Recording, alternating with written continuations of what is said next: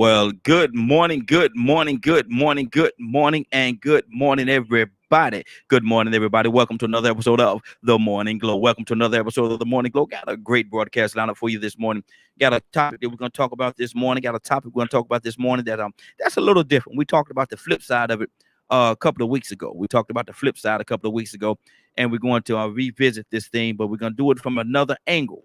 And I'm gonna tell y'all something. I'm gonna go ahead and tell y'all ahead of time. I am very interested to see what Captain Leonard gonna say about this topic right here.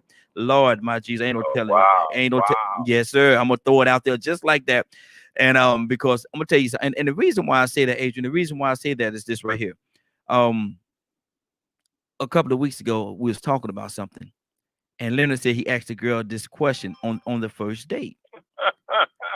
And it shook a lot of people.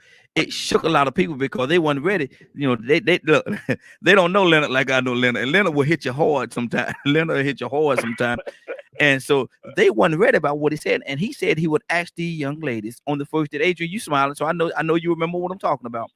He said he'll ask them when your cycle come on. When do your cycle come on? That's the question here. And so, and a lot of ladies didn't take that too kindly.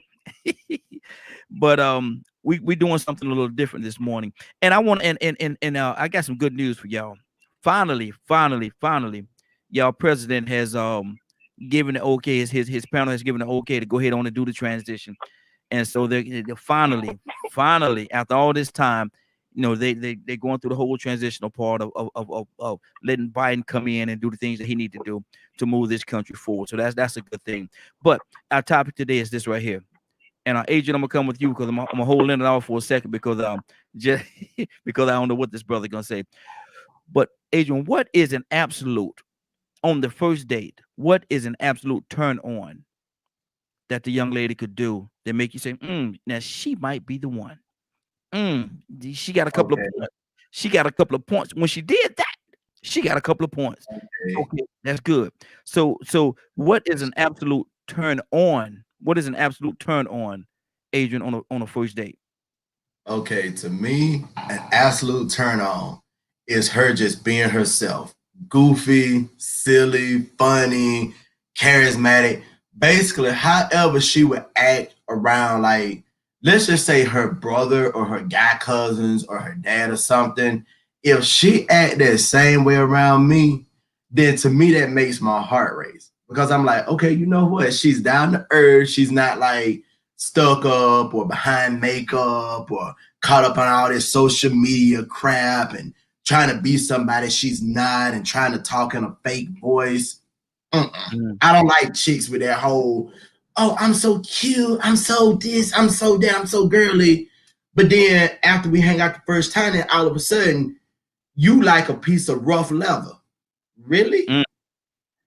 Just be who you are up front. I kid you not. You know, if you goofy, if you're quirky, if you're silly, cause me, I love to laugh. You know what I mean? So if I Mhm. can find a chick that she strikes my heart, and I'm like, dang, I feel like I can connect with her. We can laugh like buddies, like homies, and you find us all the great outdoors too. You know what I'm saying? Then we can kick it together. So that's the short end of mine. That that's what get my attention. Okay, Leonard, what do you say? What do you say it is? Yes, man. Have not been a geek. I just like to have a good time. As long as I'm having a good time, that's on for me. I'm Mm-hmm. not wasting no time with you don't get the opportunity really to make me upset or anything like that, really. I mean, I'm not into it like that. If we're Mm-hmm. not having a good time, it's just not working. I Mm-hmm. mean, it's just not working. If it ain't there, it ain't gonna be there. Yeah. You know, I'm not gonna ask you even to go out if I don't plan on having a good time with Mm-hmm. you. And So if you're the type of person that can't have a good time, I ain't fooling with you. it's nothing that needs to be forced. You don't have to force. No, Yeah. Okay. should never be. Mm-hmm. Not with me anyway. Okay. I just like I said, as long as it's going good, it's going good. When it's not, it's over. Mm-hmm. Got you. So Adrian, if you're on a date with this young lady, and I'm gonna tell you something. And I saw this in a movie one time before, and it blew my mind when I saw it. I can't remember the name of the movie. It's one of them Italian pictures. Um, and y'all, when I say it, y'all probably know exactly what I'm talking about. But my grandmother told me a long time ago. She said, if you're going out on a date with a young lady, and you go and you open the door for her, she get in the car, you close the door and you walk around the car. She said, by the time you walk around that car, if she don't reach over there and open your door for you, unlock the door and open the door for you, then she's a very selfish young lady. She said, you need to pay attention to that. And my wife, man, and she passed the test because while we were dating, I went to pick her up and everything. I opened the door for her. She got in. I walked around the car, and by the time I got around the car, she was opening my door. She had reached around, unlocked, and pushed the door open for me to get in. I was like, wow, because a lot of ladies didn't do that, and I was like, and every time they didn't, Leonard, every time they didn't do that, a red flag went off in my mind. I was like, oh man, okay, maybe she's just not the one. So Leonard, what do you say to that, man? You know, because my grandma do she put that in my head, man. She put that. She said, look here, you don't want to. She said you don't want to deal with no selfish woman. She said you don't want to deal with no selfish woman. And so I value what she said to me because there was mom. I didn't even call her grandma. There was mom. And so Leonard, what do you say to that? I mean, and even if it's not that, something similar to that. Well, I mean, to me, it's so funny because I don't mind doing it. I'm a gentleman if that's what you want. You know what I'm saying? If that's what makes you feel better or whatever. But at the end of the day, I don't even care. It's my car. I don't need you to open the door for me. I open the door for you because it's my car. And it's nice to do that type of thing. But there, like I say, for instance, my wife don't particularly care that much. I open doors for her and everything anyway. But it's not something that I do from that point of view where I have to, or it's some big indicator of my personality. Because a lot of times my wife is just gonna go and open the door for herself anyway. Okay. So it's not a big deal to me, to her. So it's not that big of a deal to me. Okay. And see the thing about it, you know, and I think that has a lot to do too with what's the demographic. That's the easy part. Yeah, that's the easy part. Liars do that very well. It is, but like I said, I think it has some. See, I was raised up in down in the South where we had certain mannerisms and stuff like that. Being in the South now, up north, I imagine it could. If I was raised up north, I imagine it could be different. It could be very different because you know, it's not a big deal. It's only a big deal if it's what the woman wants. If that's what that woman wants, then that's what you. Hey, Leonard, your volume is just a little bit low. I see Adrian leaning in real close. Yeah. If that's what a woman wants, that's what you do. See, I'm not one of these. So do you do it guys. just to? Do you do it, Leonard, just to appease her, or is it something that natural that you want to do? He said yes. I do. Yes. Okay. Yeah. Okay. Yeah. If she needs some help, I help her in the car. I help her do whatever she needs. If she got it by herself, she got it by herself. That goes back to that. Treat her like a lady. Like I said, I've lived long enough to realize the same man that'll open the door for you will hit you in your face if you feel like it. That's true. So don't let that make you think he any better than anybody else. I don't think he just got manners. It's just manners. Well, does he still have the same manners when he's hitting you? See, I don't think that has. Like I said, but it's not a predictor of a relationship. I could agree with you there. I can definitely agree with you there. Absolutely. I wouldn't sit around and say something like, "Oh, she ain't the one because she ain't open my door." Well, see, my thing is, I can agree with you there that that's. But see, that's something that Mama do put in me, man, and so because of the fact that the source that it came from, I pay attention to stuff like that. Now, if the young lady, it'll get you a long way. Oh yeah, absolutely. Now, if I felt like the young lady, see my wife, we've been married for 20 some years, and see, has she not done that, would that be a stopping point of us moving forward? Probably not, because my wife has, for me, and for us, she has so many great qualities about herself. So yeah, I probably would have looked past that. So that's not the disqualifying. It's not a disqualifying factor, but I did look at it. Adrian, what's on your heart, brother? I see where you're coming from on that question now. And you were saying a minute ago, I'm not going to hit no notes, but I'm going to quote again, one more time, Teddy Pendergrass. This not a, 70-30? Not a 60-40. It should be a 50-50. So now, I drive a truck, okay? If the truck is locked, if I help my girl in this passenger door, you can hit the button or reach over, cause get what I'm getting into. I'm not doing this, to be an outside show.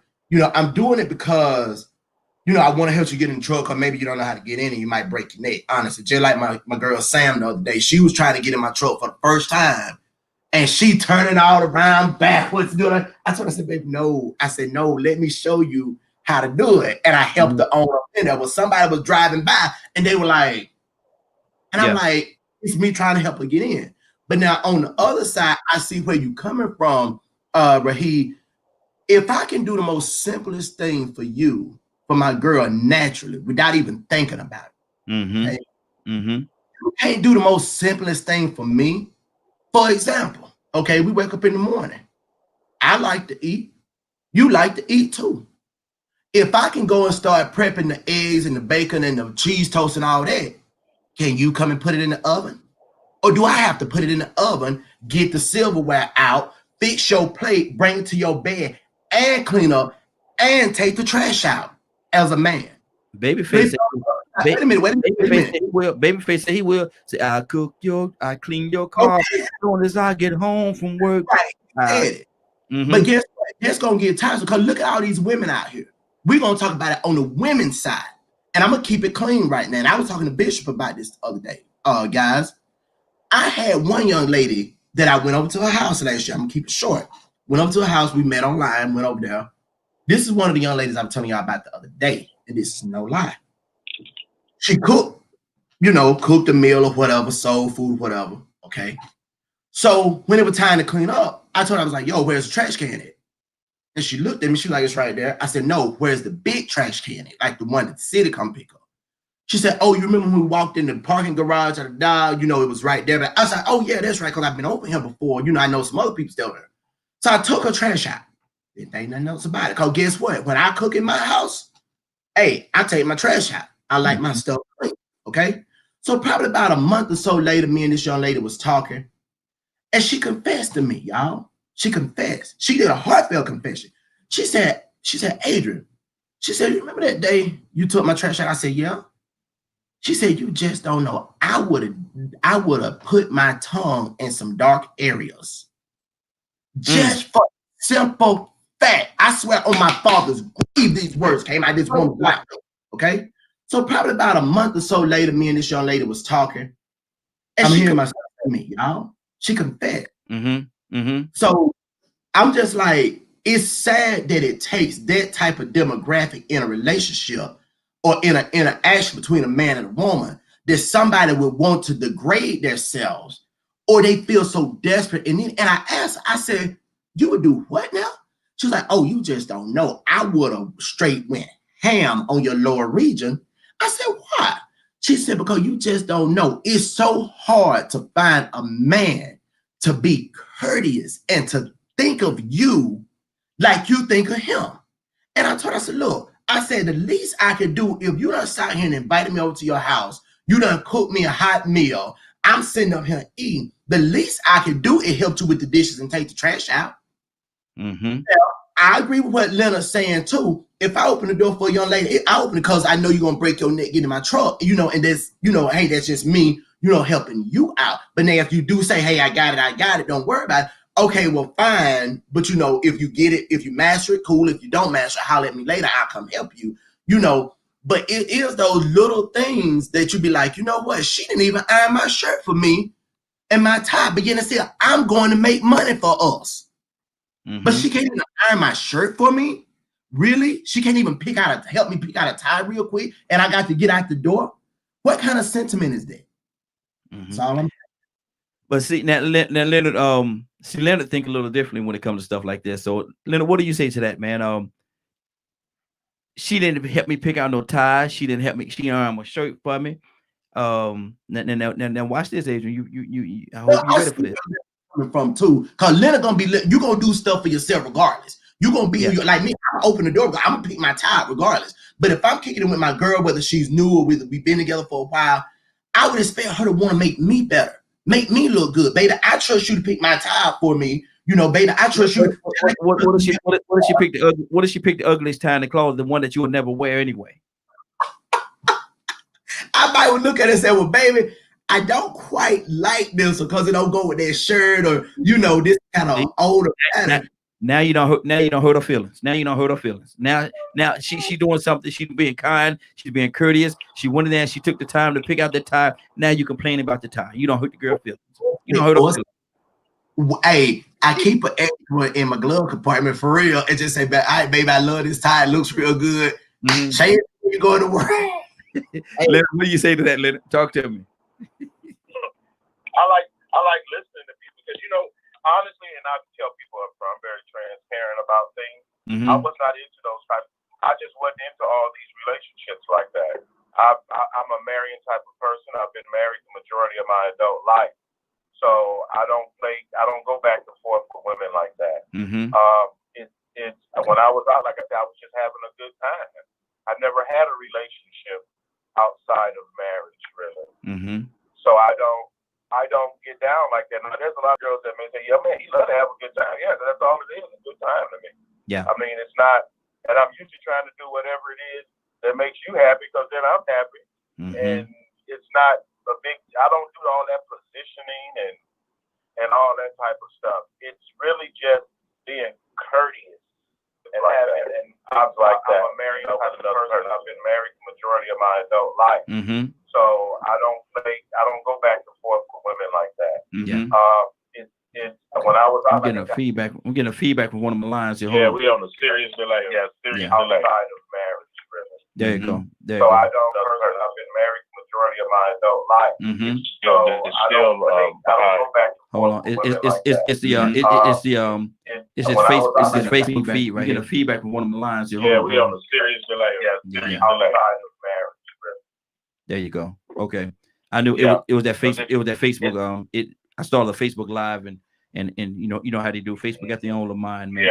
I want to add Brother Leonard a question. That's why it's so funny. That's why it's so funny to me, because I just listen, man.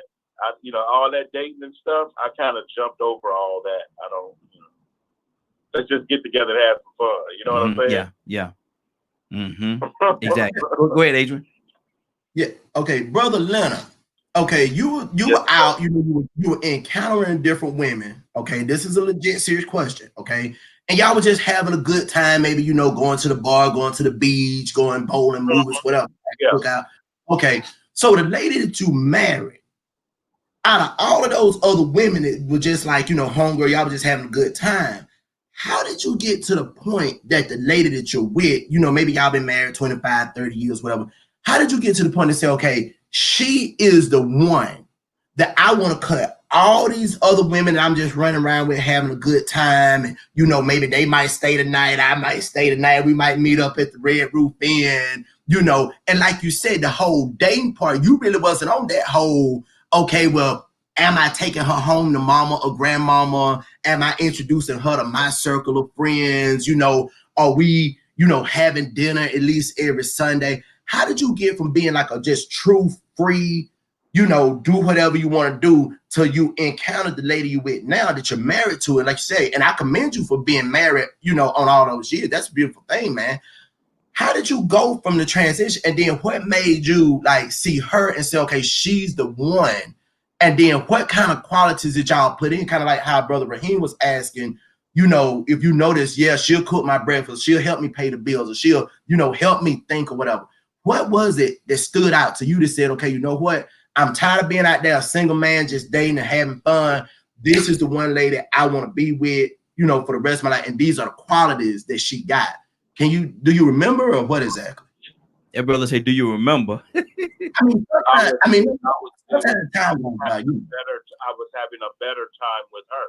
I'd rather be with her than the others. And then she one day said, the other girls have to go. So she let me know that her intentions were to be with just me. Yeah. And there was one particular thing that she did where I came upon, I had to move or something like that. And I had to let her know I was going to be out of pocket for a minute, and I had to get myself together. And she said, well, wherever you go, I go. And we got married. Oh, wow. Oh, wow. Rock star, bro. That's cool. Okay, there you go. And that's what it is. She said, look here. She said, I'm hanging my flag right here. And whatever we do it together. This is where I'm hanging my flag right here. I don't care what they say or who they say or how they say. I'm hanging my flag right here. And this way I camp out at right here. And so, hey, what you gonna do, bro? and then she went Saginaw. She said, "What you gonna do, bro?" Hey, listen. Let me go to Donald Tucson. Good morning, sir. How you doing this morning? What the heck is y'all talking about? Same question to you, Donald. Same question to you, man. Y'all married men, I think. Hey, Donald, what is an immediate turn on, not turn off? We talked about turn off a couple of weeks ago. What's an immediate turn on? What is this one thing this young lady could do while y'all on y'all date, and you can look at her and say, she built on something. She built on something. It doesn't make no difference, man. Oh Lord. I shouldn't have called it all.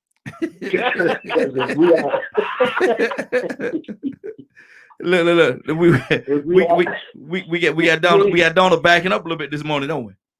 Oh God, no, I ain't backing up.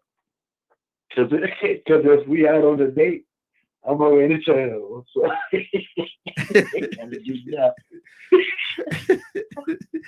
Leonard, help your brother out, man. Help him out, man. He's struggling this morning. I can't do nothing. I can't do nothing with Tucson.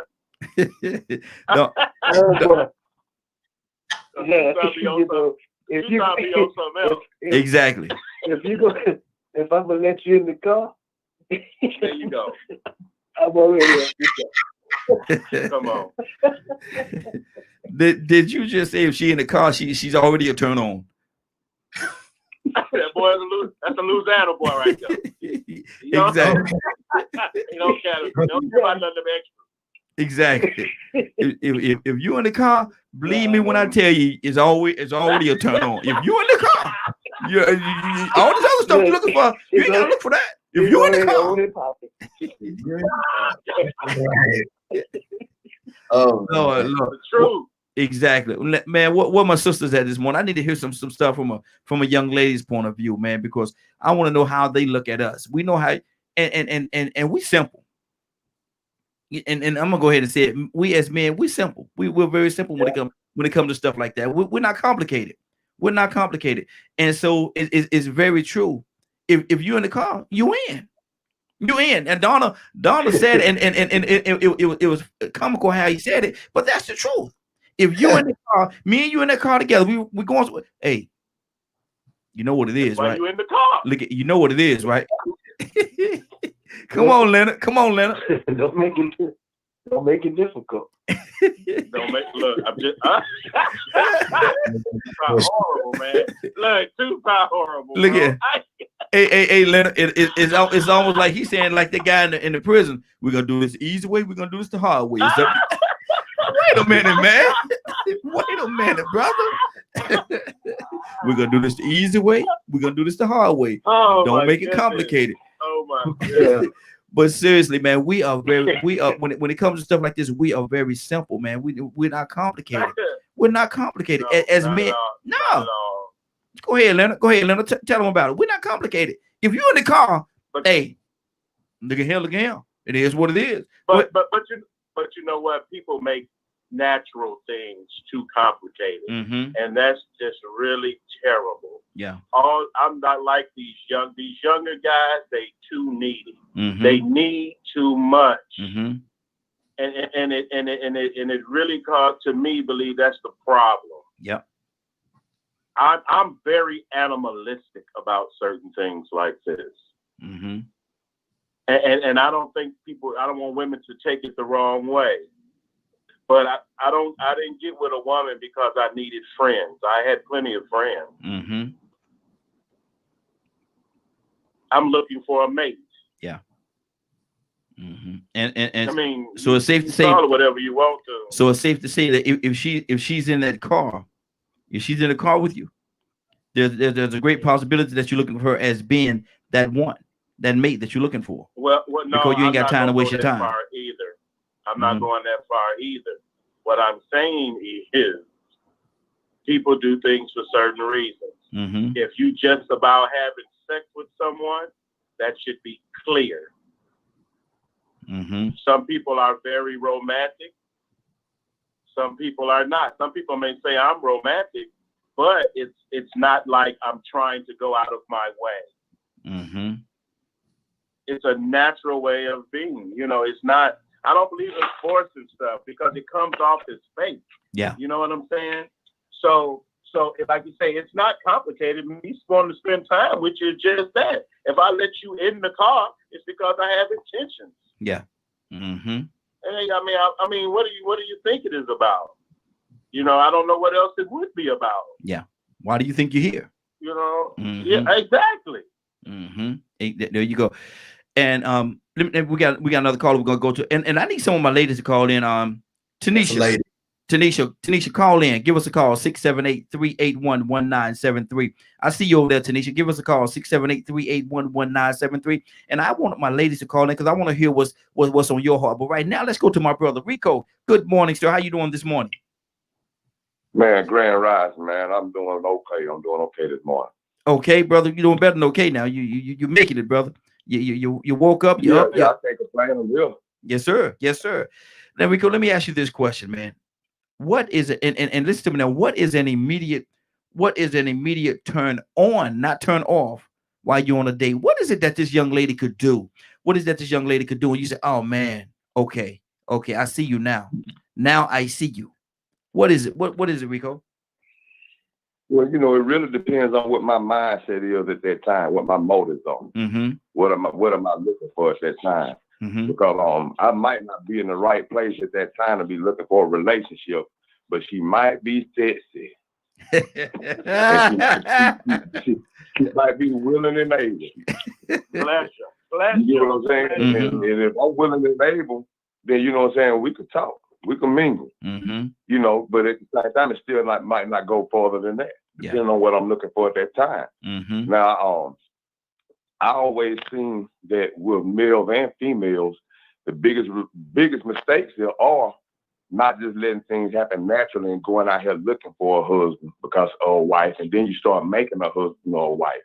Mm-hmm. You start turning whores into housewives mm-hmm. because you looking. I'm ready to get married. Wait a minute, you just can't be ready to get married. How about getting married at the right time to the right person? Yeah, exactly. So you gotta have both of y'all gotta have some kind of values in common. Mm-hmm. And like I said, it depends on what you're looking for. If you just want to get married for the sake of being married, because I know a lot of guys is like that. They feel like at a certain age, if you ain't got no woman on your arm, people gonna look at it like something must be wrong with you. Mm-hmm. So now they married 3 or 4 times. Mm-hmm. Same thing with women. They married and in relationship left and right. As soon as they get out of a relationship, they right back in another one because they have some image in their head that has been programmed into them that you got to have somebody. Because if you got somebody, that means you are worthy. Mm-hmm. Mm-hmm. So it depends on what you're looking for, what you value, how your outlook is. But you know, the conversation is going to be a big indicator. Now, me personally, like I said, it depends on what I'm looking for at that time. Mm-hmm. But 9 times out of 10, my standards and values have to line up with theirs, or sooner or later, we're gonna start not getting along in a natural way, and then everything else will go out the window because we just don't have anything in common. Exactly. We got something in common. Good deal. Donna Tucson, talk to me, brother, and stop talking about if she in the car, man. You know that. Come on, man. Give me something, Donna. Hey, Rico, Donna said, well, if she in the car with me, hey, that's an indicator. That's what it is. make it difficult. Don't make it difficult. I mean, we play. Let's fellas, look, man, let's stop playing games. I mean, really. I'm hoping we talking about when we was younger. Yeah. Because when we was younger, hey, I've been looking. Check this out, man. I'm just saying. I've been if it's a date, then I've been watching you for a while. Let's not play with it. I've been because I scanned the room, me. And what? Oh yeah, definitely. Player. And I scratched my list off. Not her.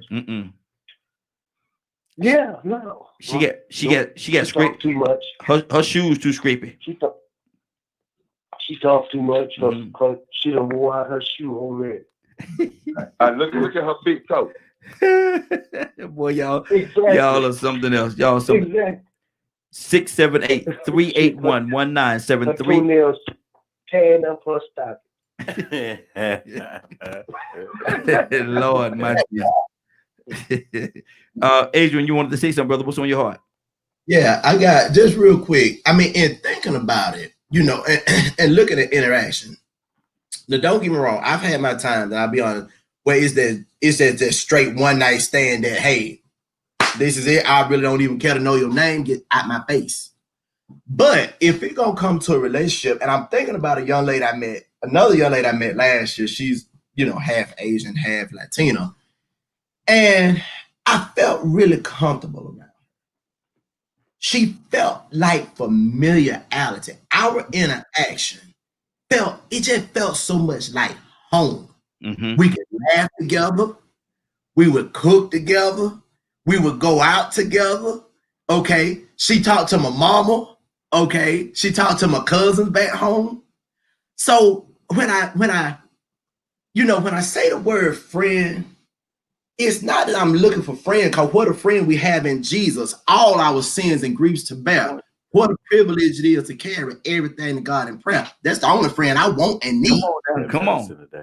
But down here on this earth, I got my homeboy, for example. He called in one of them the other day, Bronson. He's my brother. He's my friend also.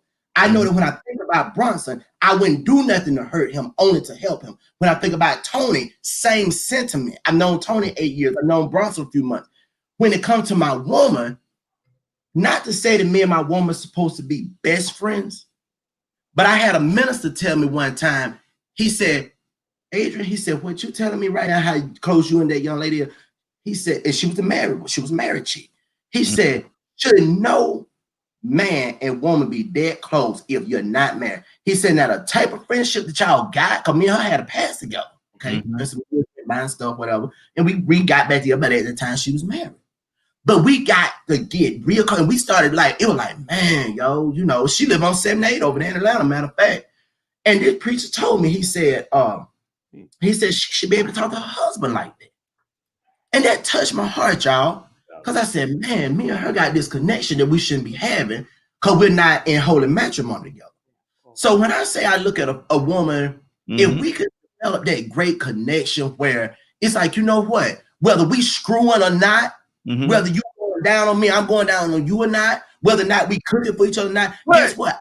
I look out for you because you're my friend first. I care about you. I care about your women. Hell, you can go get with another dude.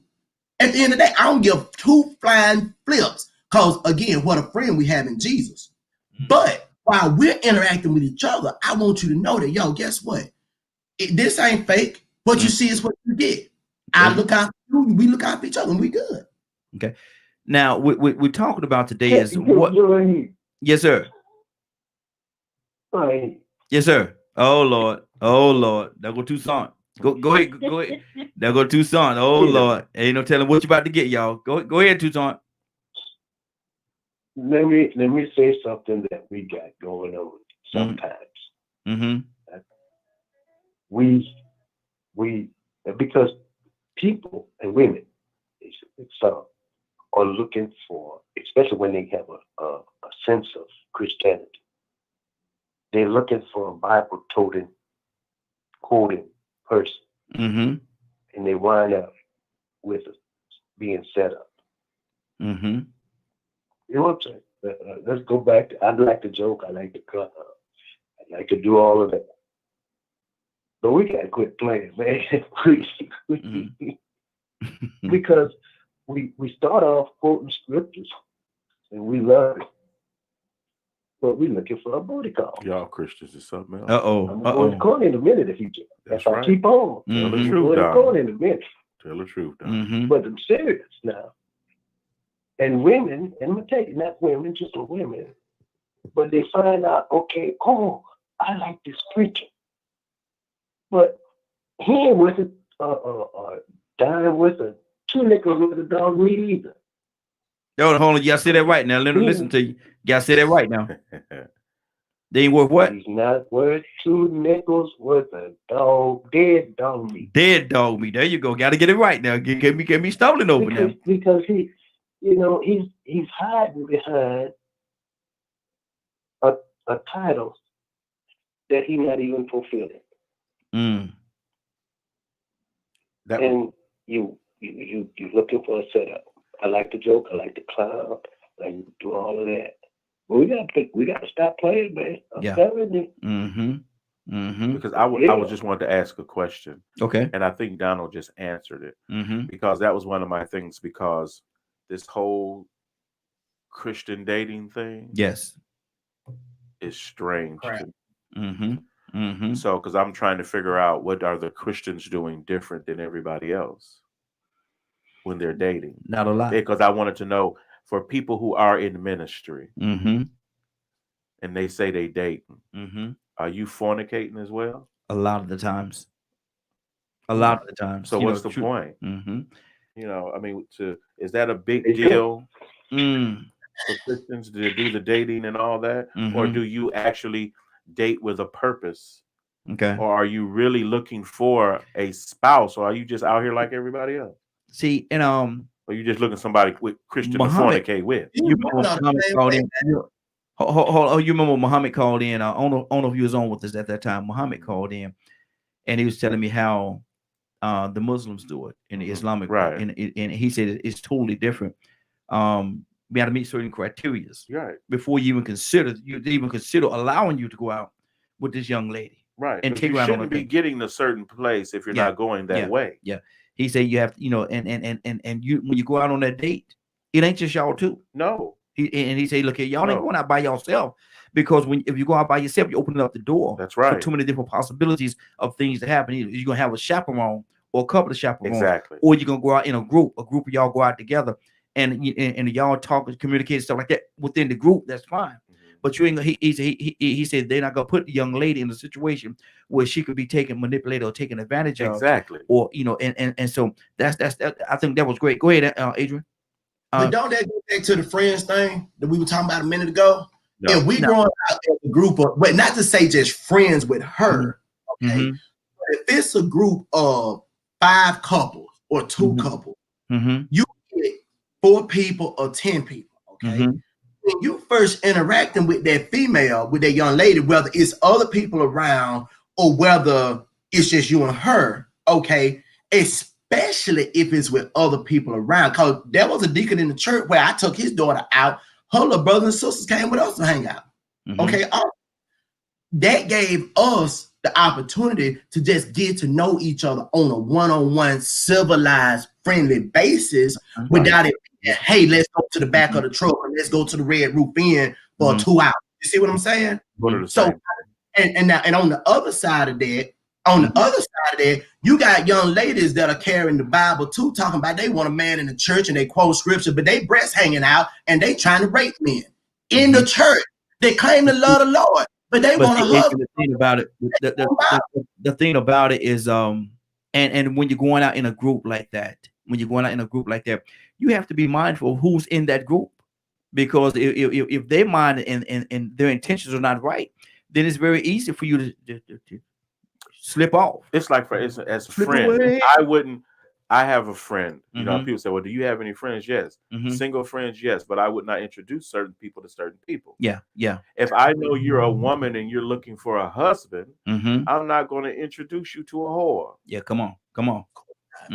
Exactly. Because I know better. Or if my male friends, if I know you're a girl that you're not into sex without marriage, I'm not going to put that together. Yep.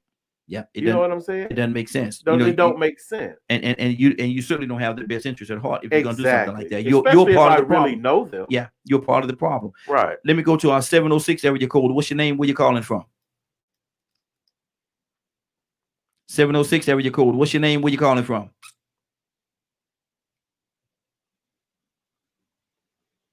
(706) going once, going twice. 706 area code.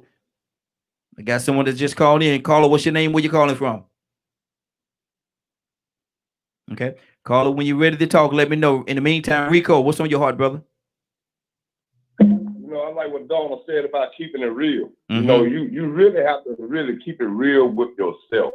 It ain't about what the other person wants. You got to keep it real with yourself, and you know what you're looking for. You go through certain things in life where you might think you know what you're looking for, but you could be weak. You ain't being real with yourself. You might say, well, you know what, man, I'm looking for a classy woman with standards. I want somebody that's smart and intelligent.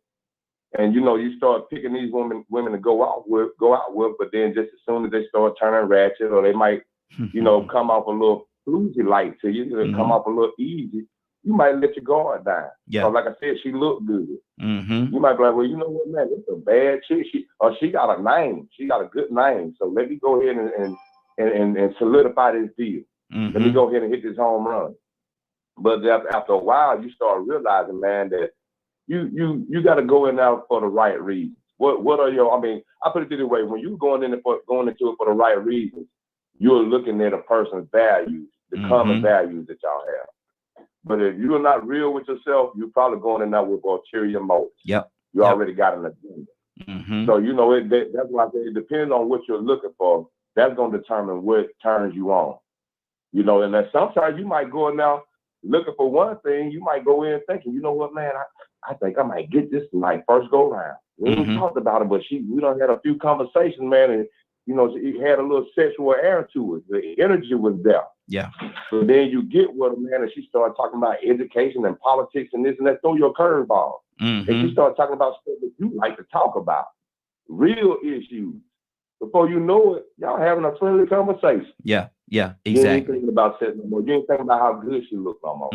So like I said, it really depends on what you are looking for at that time in your life, not just relationship-wise, but where you were standing as a human being personally. What are your goals? You know what I'm saying? What are your values at this point in time?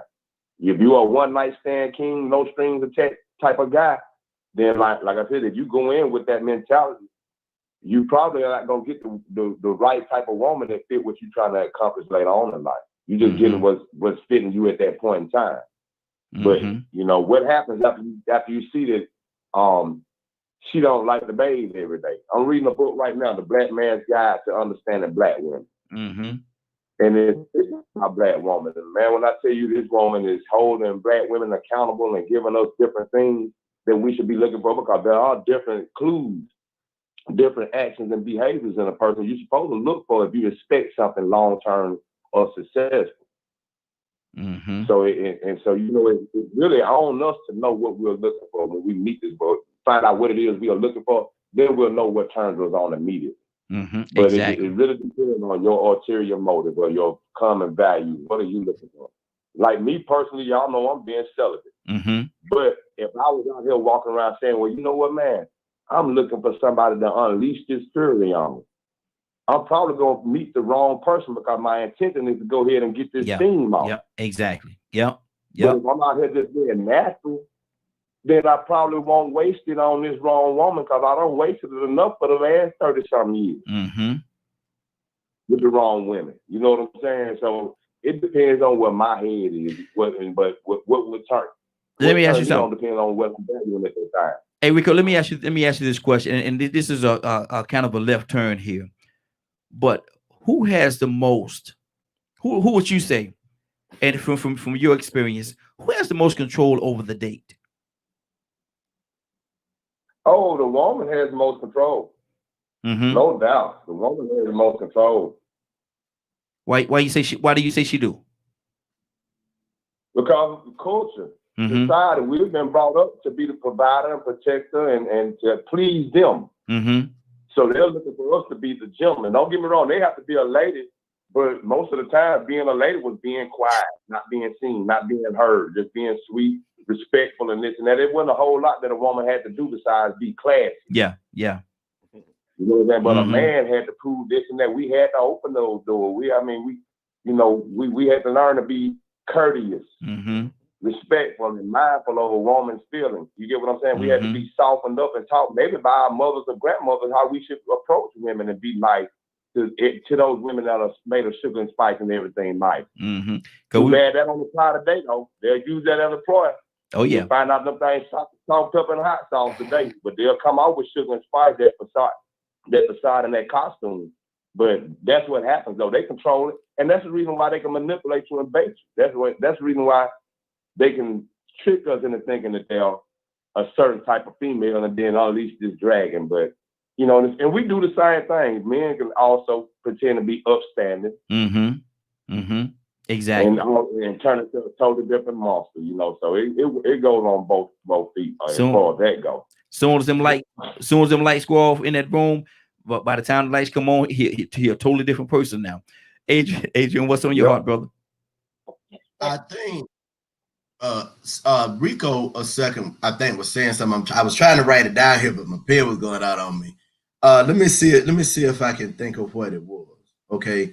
When you got interaction, to me, I'm gonna tell you what the biggest turn on, all jokes aside, besides, you know, it ain't the smile. Well, I mean, don't get me wrong, I like a chick with a cute smile and dimples, okay, and you know, nice other fixtures. But the number one to me is if when me and her encounter, and I'm talking from experience now, recent experience, I'm thinking about 4 different young ladies, right? If she come into our interaction with a fresh, clear board of it's me and it's you. It's not me and you and what my daddy did to my mama that I'm still pissed off about. It's not me and you and, oh, my ex beat on me. Or I got a baby daddy who don't want to pay child support. Because, I've had a lot of these women. I know where I'm at. And I can tell you some personal stories that are accurate and true, and I can prove it in black and white, where I was minding my business. They got kids. Oh, well, you're such a nice guy. I want you to be daddy. Guess what? That ain't my child. I was at my daddy's funeral many years ago. Okay, you need to take that child to there. Or I seen my daddy beat my mama. Matter of fact, did one girl I was gonna marry. I wanted to marry this young lady when I was younger. She told me one time, she said, if we don't fight, we don't love each other. I said, well, wait a minute, they're not how I saw now. I mean, I remember my mom and dad, they had their disagreements, but it wasn't no straight duking down, drag out, knock out. Oh, no. And I told her, I said, what kind of love is that if you think that me putting this right here and I can lift 500 pounds upside your head and you weigh 110 pounds, what kind of love is that? What kind is it? I hate you. Like Leonard said a minute ago, don't let it fool you out there, women. Everybody that's carrying a Bible. And I had to tell my sister that a few years ago. I said, it's a lot of dudes that are posers. They wear the bow tie, they wear the Doc Martens, and they look clean, but they full of moose crap from the high hole. And let's just get it real this morning. I'm gonna tell the truth too. Okay. So my biggest thing is when a woman encounters me, as long as you don't try to take out on me what another man done to you and I'm mad about this and you might punch me. Because I had one little thought. Don't tell me that. Leonard said, what is moose? What's that thing you say? Where is that place at? Moose dung. The moose crap from. From high somewhere. I don't know what. Hey, put the camera on Leonard, man, and let me look at him when he asked me that question. Put it on Leonard. My medicine. He said he took his medicine this morning. I'm running behind. You know clearly there's some situations we deal with in life and some people we deal with. Them peoples are them big old pellets of moose blank from the high. Have you ever seen a moose's high moose behind you? Okay. Just like a horse. Moose, like horse, moose. Just that simple. Right. Now see, hey, brother, I'm gonna tell you something. You bringing out a different level of country this morning that Donald Toussaint from don't even know about. Donald Toussaint. Have you ever heard of that man? A moose hide. What? That's very high, by the way. Look, exactly, very high, and them big old pellets of moose crap coming out, dropping like big old golf balls. They bigger than this speaker. Big old golf balls. Okay. Oh, hold on. Hey. Adrian, how do you get from relationships to moose ball crap? Man, ain't he going to Leonard right now? No. Donald Toussaint, talk to me. It would not be in your best interest, right? Donald, talk to me, brother. Ain't gonna be no better. Oh Lord. Look, Donald told you what it is. I mean, man, I don't know how to get into this conversation, but let me just be serious though, because first of all, okay, if we sincere about a turn on to a relationship that is lasting, you're looking for a help meet. Okay? And so there are certain qualities in help meet. I can find a mate anyway and go to the club tonight and find a mate. I don't want to read that in my life. I done had enough of that crap. You know what I'm saying? Yeah. I'm too old for that. I mean, I'm just saying. And then there's too much out there to be trying to look for a help mate. You think Corona bad? You got some stuff worse than Corona you can't wash off. Come on now. I couldn't imagine being this age. Sanitizer won't help. And then here's another thing. Everything that look good ain't good for you. Exactly. They might have a big Adam job. Oh Lord. I like what Donald said. I think a lot of people miss it. Like Donald said, I'm too old for that. Yeah. Because I couldn't imagine being older and being single. Because think about it. Everything changes. Yes, sir. Everything changes on the dating scene when you've become of that age. Yeah. There are certain things that you would expect that should be there. You should really be a better judge of character by that time. I'm like I say, if you would expect a person to have kids. You would expect a person to have had a past life. Yeah. You would have expected a person to have done so many more things than say when you're 25. Oh yeah. The expectation is different. So you would assume it, but when you try to older people now trying to act like they younger people, and then they just getting together and they may be a little bit more responsible, but it seems like mentally there's some kind of gap because you hear too many people talking about what ain't out there anymore. Something missing. Yeah, something's missing, I guess that's the thing. And so it must be difficult to be an older person and be single than a younger person. Younger people, you can excuse certain things. You're just ignorant. You're just immature. Yeah. But when you get older, you know better. You should know better. To be running around playing these games that the young people play, that's just like a big turnoff for someone to be of a certain age but act like they 20-some years old. You know what? I to see somebody and I could be wrong when I say this, right? I wouldn't do it. I wouldn't do it. But to be 50-some years old and still going to the club, the nightclub, talking about turning up and stuff like that, man. Well, that's very common. That's the part. That's my generation. That's the party generation, though. I mean, a party is a party if you can find it.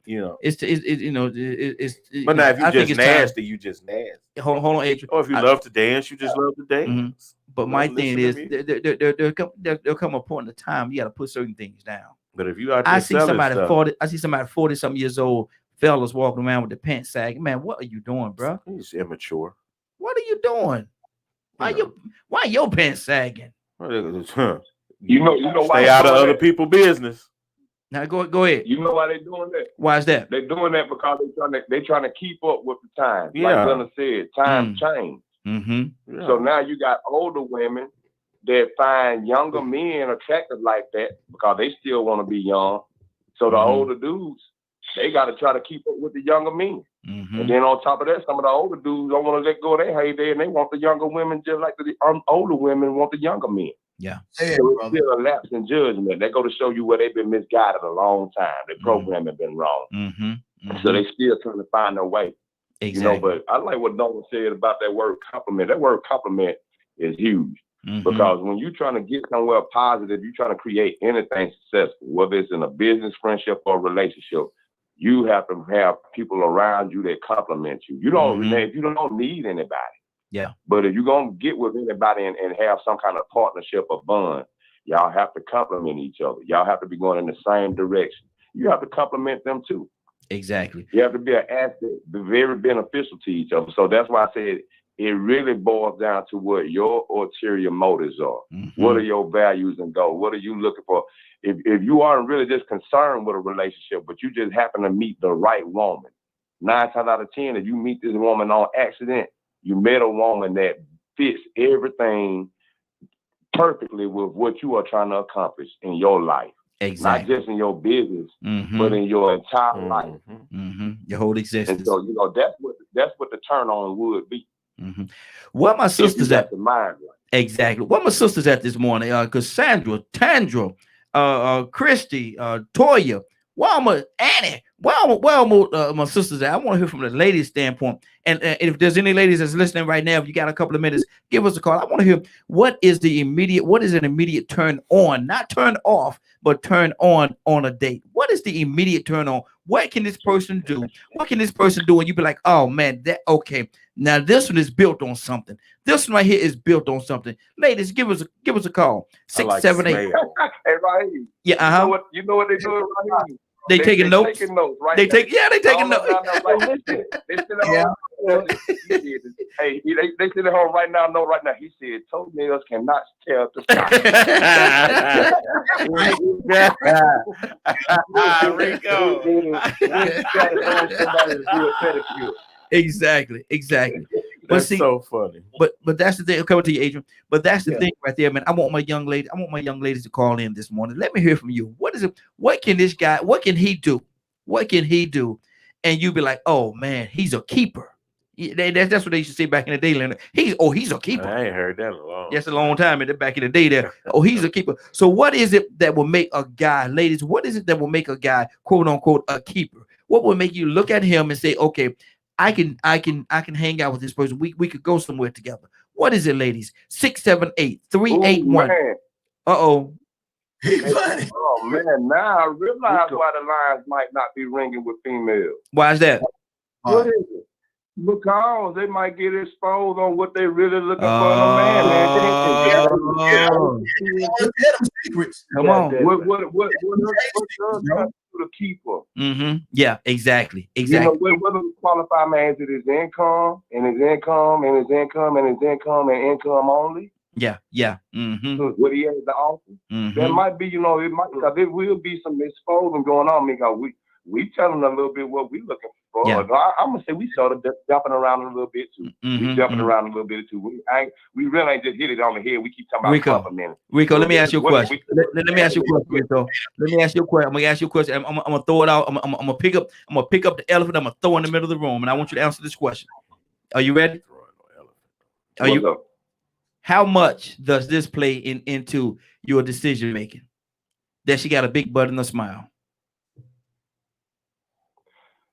Depending on where I am at that point in time. Now that don't mean nothing. In the past, that was always the initial attention grabber. Then I might have to have some conversation with him. But if that woman talked like she was I've seen some very refined women, and all I had to do was hear them speak.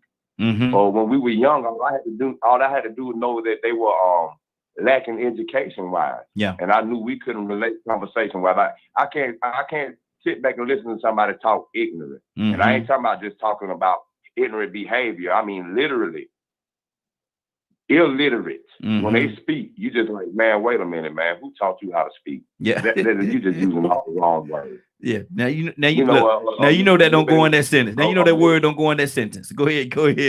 Exactly. Exactly. So it's still a certain amount of standards, but the big button, the smile is always going to be the attention grabber from the beginning for most men. Yeah. Most men. Now you get to a certain age and you don't have enough nice, nice looking women that fit those qualities. Then it gets to a point where you start looking deeper than that. Yeah. Yeah. A lot deeper. You start looking into what the person, who that person is, and how much respect they have for themselves. That's good. That's good. Adrian, what's on your heart, brother? Well, my first thing is the Donald Tucson and really take man on the line. It's funny. I don't think young women wear stockings no more at all. These liberated women, they don't even wear pantyhose. They wear thongs or commando or bralettes, and that's honest. That's number one, and that's including in the church. Tell me how many churches you go to, you see a young lady 40 and down with stockings on. Oh, that's too hot. That don't go with my outfit. Or they got on some stockings that look like fishnets, and I ain't talking about down on the coast of Texas and Louisiana. That's my first point. My second point, you like that, didn't you? My second point is, truth be told, let's get to it here now. Okay. The good lookingness have to be there. The big butt and the smile, okay? If you is not physically attracted to a woman, or a woman is not physically attracted to a man, they can be a rock star person, great energy, whatever. But when them lights go out and you in the bedroom or wherever you at, and I promise I'm gonna keep it clean because I see you looking and you probably got your finger near that button, but I'm gonna keep it clean. If she can't get, for example, right now, and I would just be honest with y'all guys, if I was a married man, that pole is standing right there. It used to stand right here. Actually, I had to take it down because I would do some stuff. Okay, it would be a pole in my bedroom. Say what now, Leonard? Just get rid of all that. Leonard said, get rid of all that. How about this? When I get married, me and my wife, and this is no lie, because the Bible says what the bed is undefiled. Marriage is honorable and all, and the bed is undefiled. So if your wife is in there playing on the pole and that's what you desire, because that's kinky to you, throw some $100 bills at her in y'all bedroom. Okay? And that money stay in the household. And that money stay in the household. I fully agree. And I'll even tell you this. Adrian, I'm gonna tell you what Donna said. Donna said he don't throw dollars, he throw quarters. He makes it sprinkle on them. He makes it sprinkle. That metal is sprinkling, bro. Okay. Yeah, Donna terrible. Donna is terrible.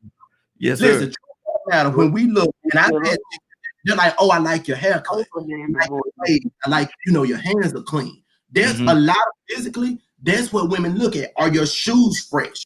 Is your shirt iron? If you go out on a date for the first time with a young lady and you look like you just got finished rolling out the bed, if that woman got any status about her, she gonna be like, what the world?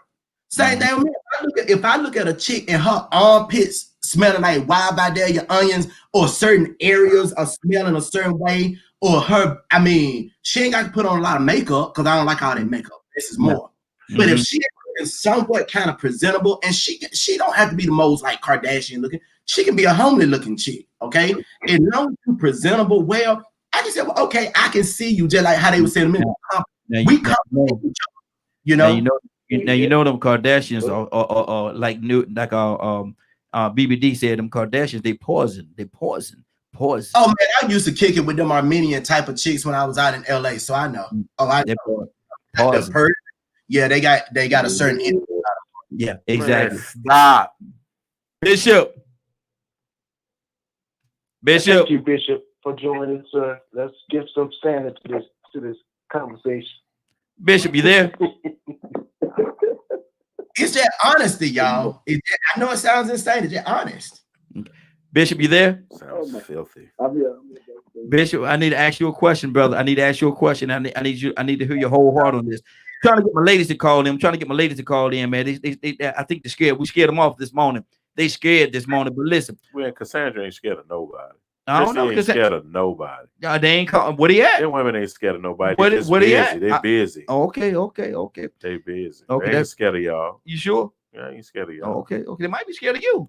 No, they ain't got no reason to be scared of me. I ain't out here. Okay. Hey, Bishop, what is an immediate turn on? Not turn off, but turn on when is a young lady, she do something on a date.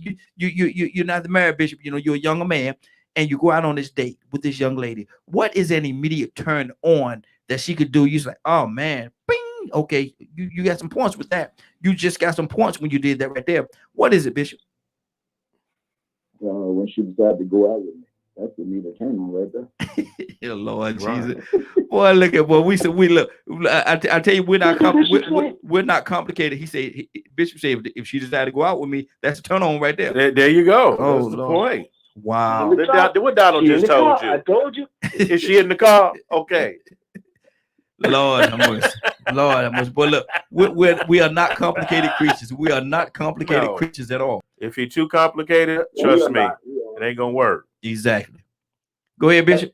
You know what I mean? Mm-hmm. So go ahead, Bishop. Go ahead. Oh, I'm telling you, it didn't take much. She said, "Okay, I'm going out with you." That all that was that door for me to do whatever I need to do later on that evening. That's it. So let's be honest. Let's be honest, fellas. Let's be honest. If she get in that car, we in the car. Once she get in the car and we drive off, in our mind, do we automatically assume that we're gonna get some? I mean, I wouldn't. I just want to have a good time. We hoping so. You hoping? I'm gonna get something from somebody, regardless. You might get lucky. You just going home early. That's all. I might be let me spray some cologne down here. She might have her head down here for so. Oh. Let me make sure spray a little bit. Hey! Here come Rico. Here come Rico. Rico, hey, get Rico coming over there. Hey, get the chair ready. Go ahead. Hey, you know what, though, man? I just had a real deep thought about what you said, man. Because the question really is simple, and we aren't complicated. Mm-hmm. I can honestly say, even in my younger days, when I was looking for the one night stand, I was looking to conquer, and that was my ulterior motive. The biggest turn on is when a woman would not let me take the conversation to a sexual tone, and she would not put it out.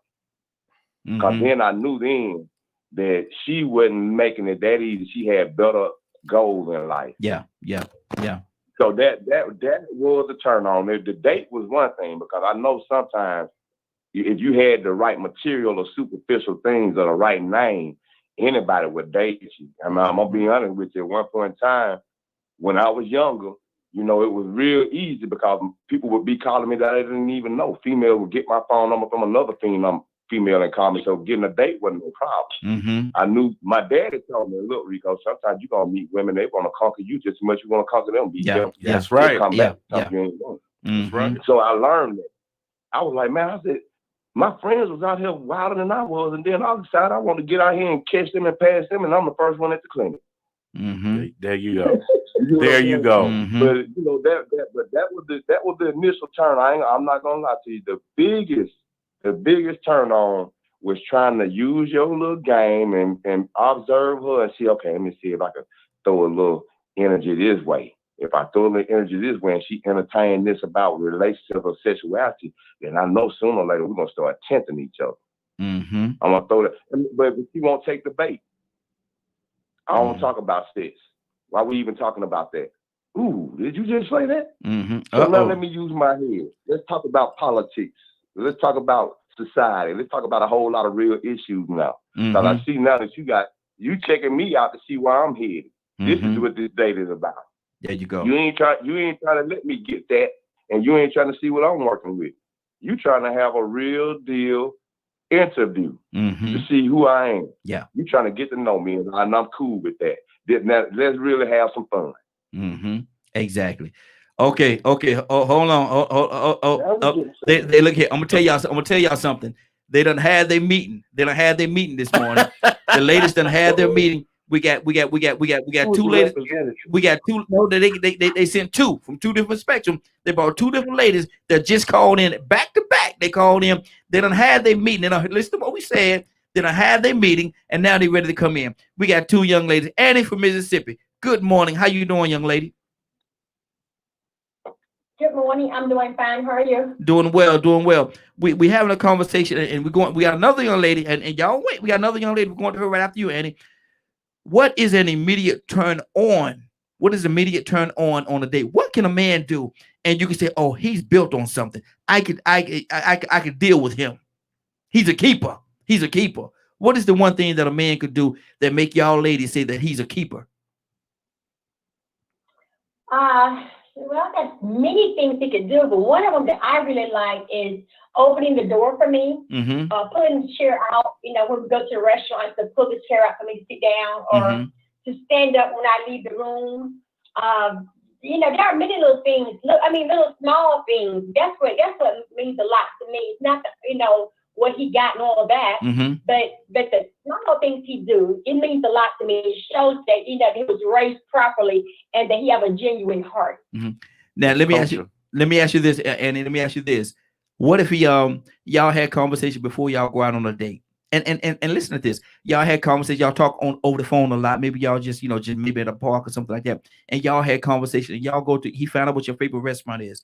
He take you to this restaurant. He do all those things, open the door for you. When you get to the restaurant, he pulled out your chair, you sit down, he make sure that you're comfortable. And then when the waitress come over there and say, waiter or waitress come over there and say, what do y'all want to order? He said, hold on. He said, hold on. For the young lady, she will like, and he know exactly what it is that you like because he been listening to you and he ordered perfectly for you. What does that do for you?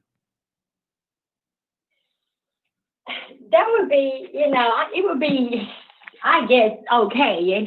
I'm not, because I'm the kind of person I take my mind about different foods, but if he want to order for me, that's fine. That would be okay too. But when it comes down to the waitress and the waiter, the most important thing is that he pick up the check. Because if he starts talking about going, that's a whole new ball game. I don't mind when you order, as long as you pay for it. Wow, long as he pay for it. Okay, good. Now we got another young lady. I'm gonna go to this young lady and hey, look here. I want y'all to put on your helmets because I'm gonna tell you something. Ain't no telling what she's coming with. Toya with the T. Good morning, young lady. How you doing this morning?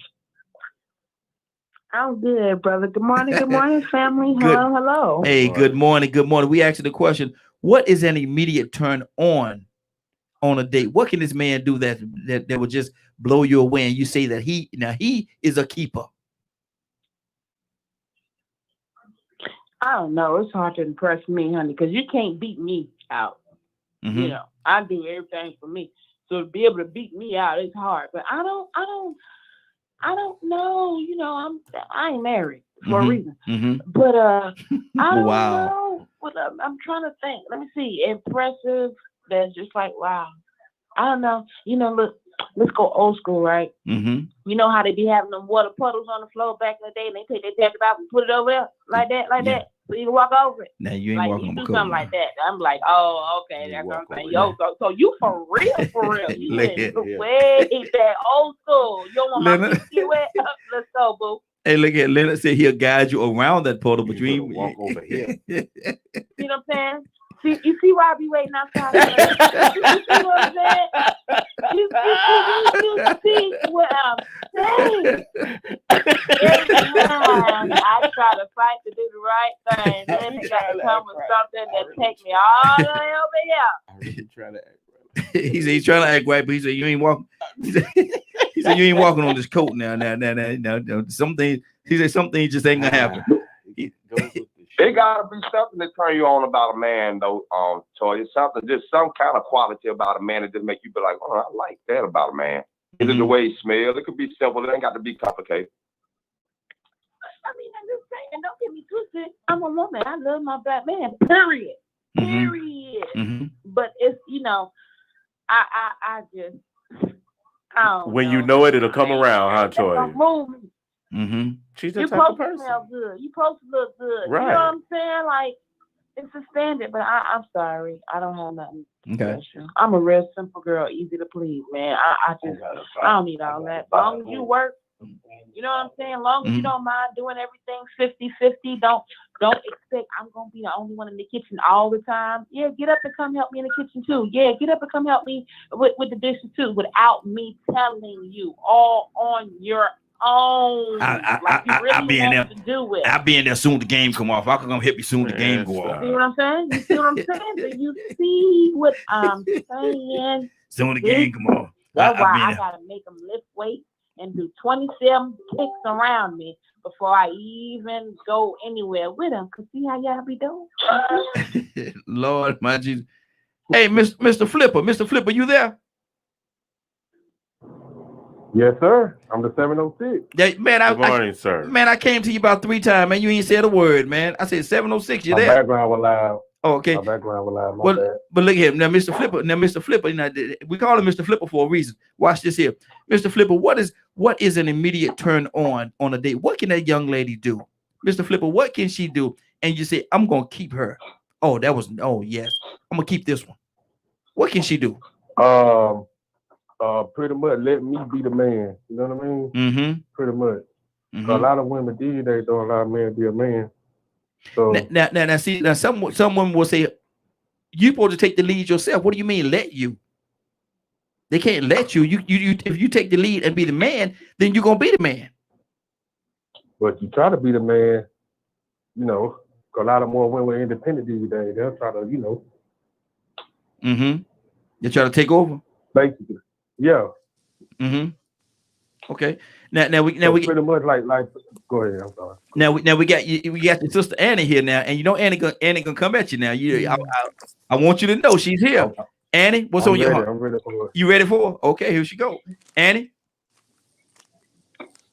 Actually, Raheem, I agree with him because you know, when a woman has been by herself for a moment, when she's been by herself for a moment, and then all of a sudden a guy comes into her life, she's so used to doing everything on her own. I remember when I was, you know, so used to doing everything, making sure the yard was cut, making sure this was fixed, and then when I got married, I'm like, okay, well, I have to stop being that. And I would like try to do that anyway, because it was in me to keep on making sure everything was done.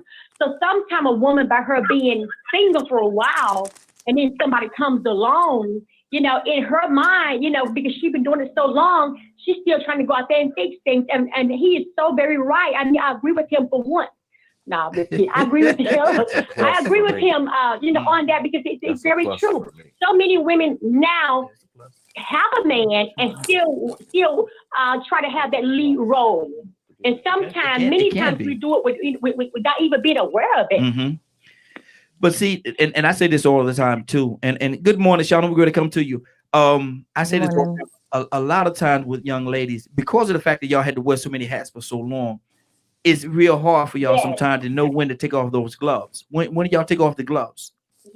When the right man come along, how do you know? Shauna, I'm gonna come to you. Our topic is this: what is an immediate turn on a date? What can that man do? What can that man do? And you, oh, he's a keeper. I'm gonna hold on to that one. Shauna, what is that? What is that one thing that he could do? Oh boy. Mm-hmm. You know, chivalry. They say chivalry is there, but I don't think so. I think you can tell a man by how he opens the door for a woman. Yeah. How he listens, and like who that was speaking, young Annie. lady. I'm sorry, Annie. Uh-huh. Yeah, she's absolutely right, because you know when you're so used to doing doing things on your own. Because, for example, I lost my husband like 16 years ago. And so I had started doing everything, cutting grass, everything, and, you know, kind of took on the role of where the male is supposed to be. And, you know, I remember just the other day when I came there, and then I was opening the door, and he was like, hey, hold on, you know, let me open the door for you. Because, you know, when you're not used to that, because you're used to doing everything on your own, it's kind of hard to kind of, you know, gravitate back towards your position. But I think when God brings that person into your life, he's going to equip that person to be the right fit, and you're going to know when to let go. You understand? Because it's like a hand in glove. When it fits, it fits. So to kind of answer your question is, you know, when you see the man that the love of God going to exuberate throughout you. But when you see a man actually taking his role to be a man and allowing you to be that woman, that's when you know, okay, this is opening my eyes to see this may be something good. So, I mean, hey, I agree with the young lady who was speaking earlier. You know, when you're so used to doing things, and then you have to kind of say, okay, it's time for me to get in my position so I can be that woman. Okay, that's good. That's good. That's good. Man, what's on your heart, brother? Man, I'm just listening and enjoying the conversation, because it's I don't follow the script. I believe people that should be together, it should be natural. That's right. All this performance and all this type of stuff. Well, you know, in the beginning, people gonna send their representative. But you know, that's Wow. just the problem. People just are so dishonest. Yes, absolutely. Naturally, I think. Because you know, I remember that brief moment I was sick. Briefly. And someone would say, well, you know, I can introduce you to some of my friends, whatever. I said, I used to tell people, I really don't do that. Right. You know, it's not my thing. I don't like to perform, and I don't believe other people should perform. You should be putting your best foot forward, who you are. That's right. And let people deal with that. Like me, I can have a very nasty mouth. You know what I'm saying? No. But that's one thing you get to know if you're around me or what have you, if we're really close. Me and my wife, people say, you know, you all seem to have a good relationship. It's because our relationship wasn't based on lies. Right. You know, it was what it was. Right. It was easy. As long as it was easy and we never tried to do anything to hurt one another, it wasn't all that posturing that people are doing today. What are you trying to prove? All you're trying to prove is I'm not going to be around that long. That's basically all you're doing. You know, all this notion about what a man's supposed to do and what a woman's supposed to do. If you ain't in that culture, you shouldn't be trying to put your bits and pieces to that. That's right. There's a whole type of lifestyle that goes with that. And you really, what you're doing is you're performing things you've seen. Yeah. You're performing the movie version of relationships, I say. You know, and you won't, I remember, well, why isn't it like this? Because we're real people. That's why.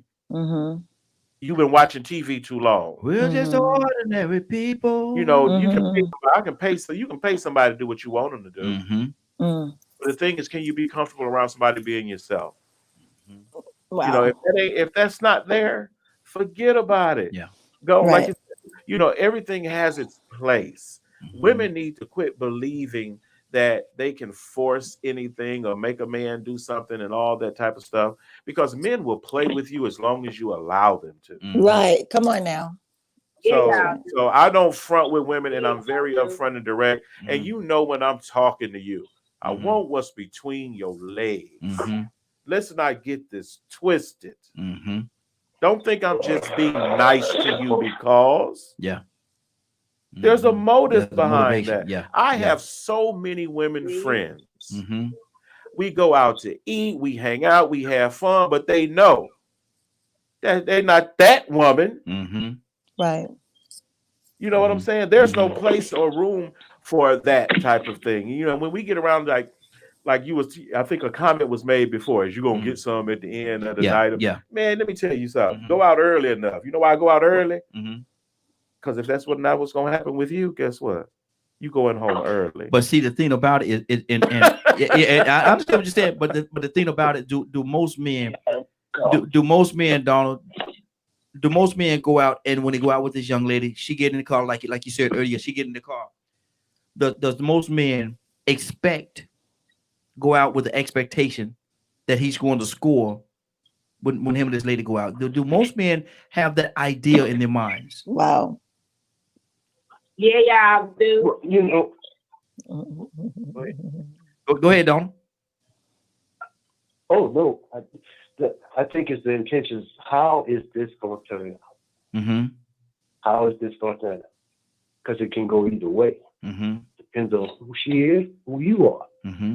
But then here's the turn. When are we going to let our guards down? There you go. That's the turn. That's the turn. When we stop and look at, see who we individually are, and we, both of us, let our guard down and really start talking, have a real conversation. Not these playing these games, not you trying to figure me out, not I'm trying to figure you out. Just ask. When we start actually talking and communicating and see where we are in life, now we hit. Otherwise, you finna get out of my car. I'm serious.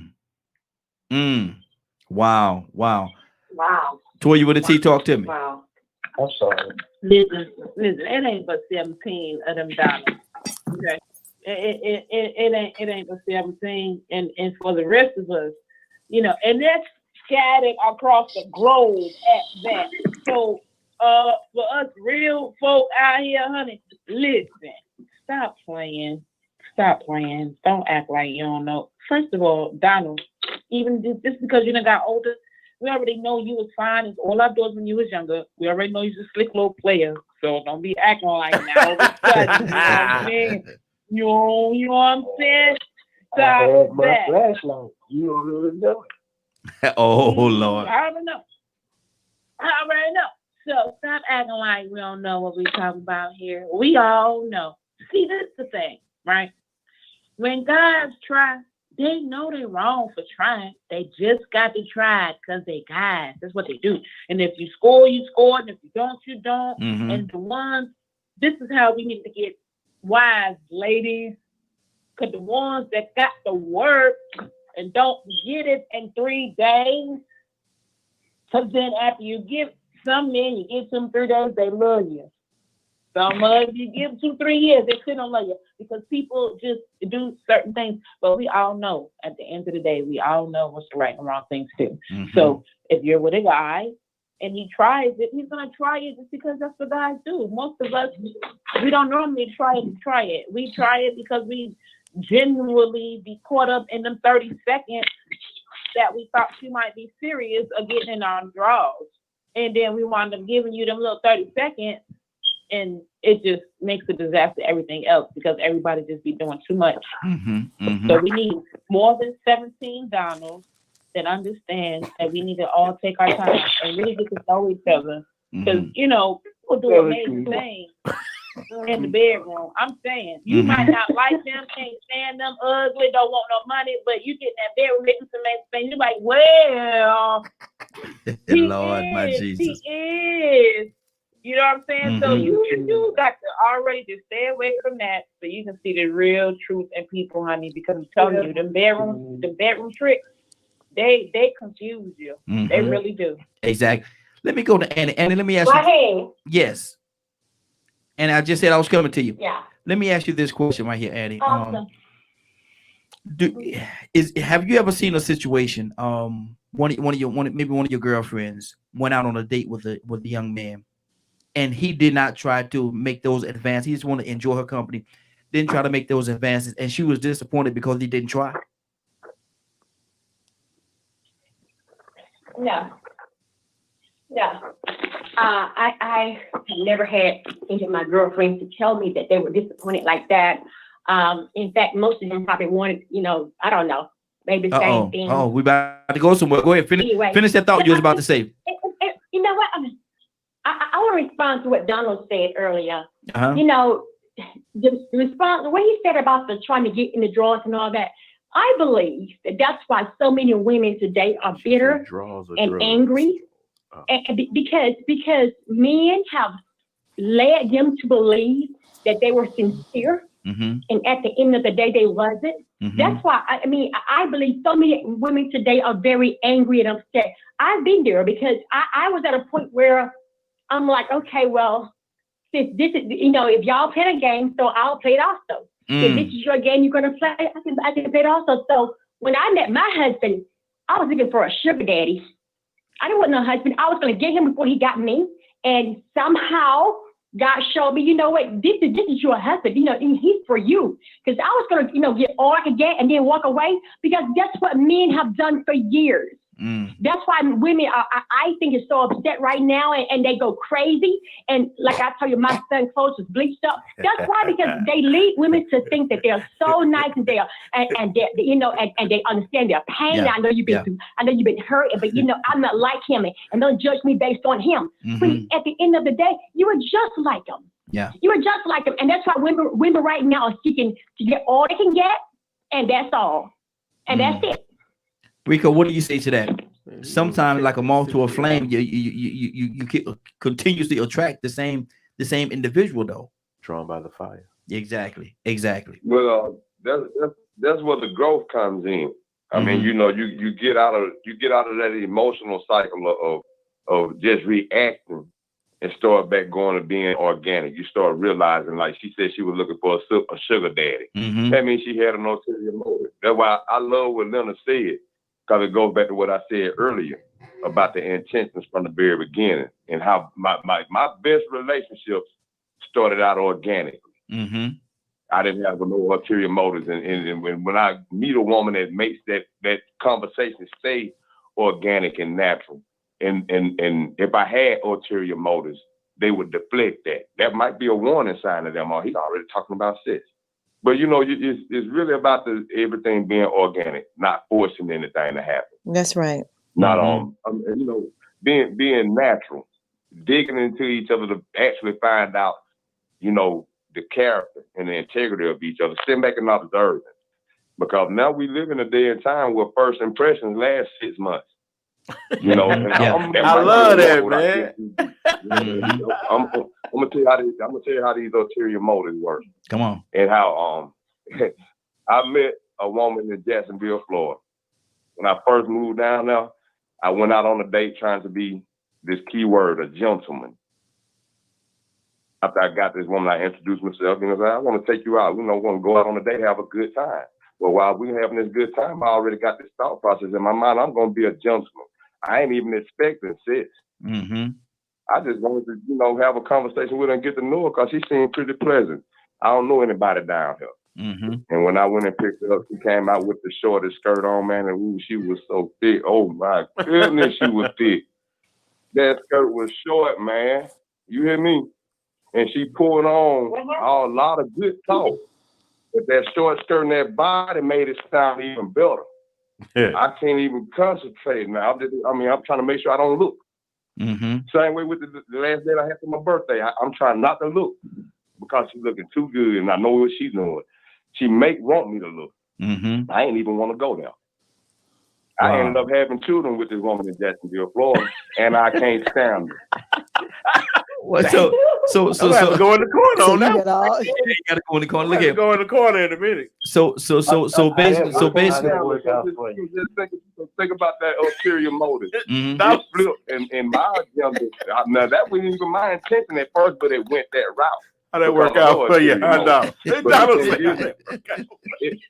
But it didn't happen organically. You get what I'm saying? It didn't just happen to get to that point where, okay, you know what, man, we had it's just a respectful way to handle it. You took some plastic with you, just a piece of rubber with you. Hold on, let me turn Linda.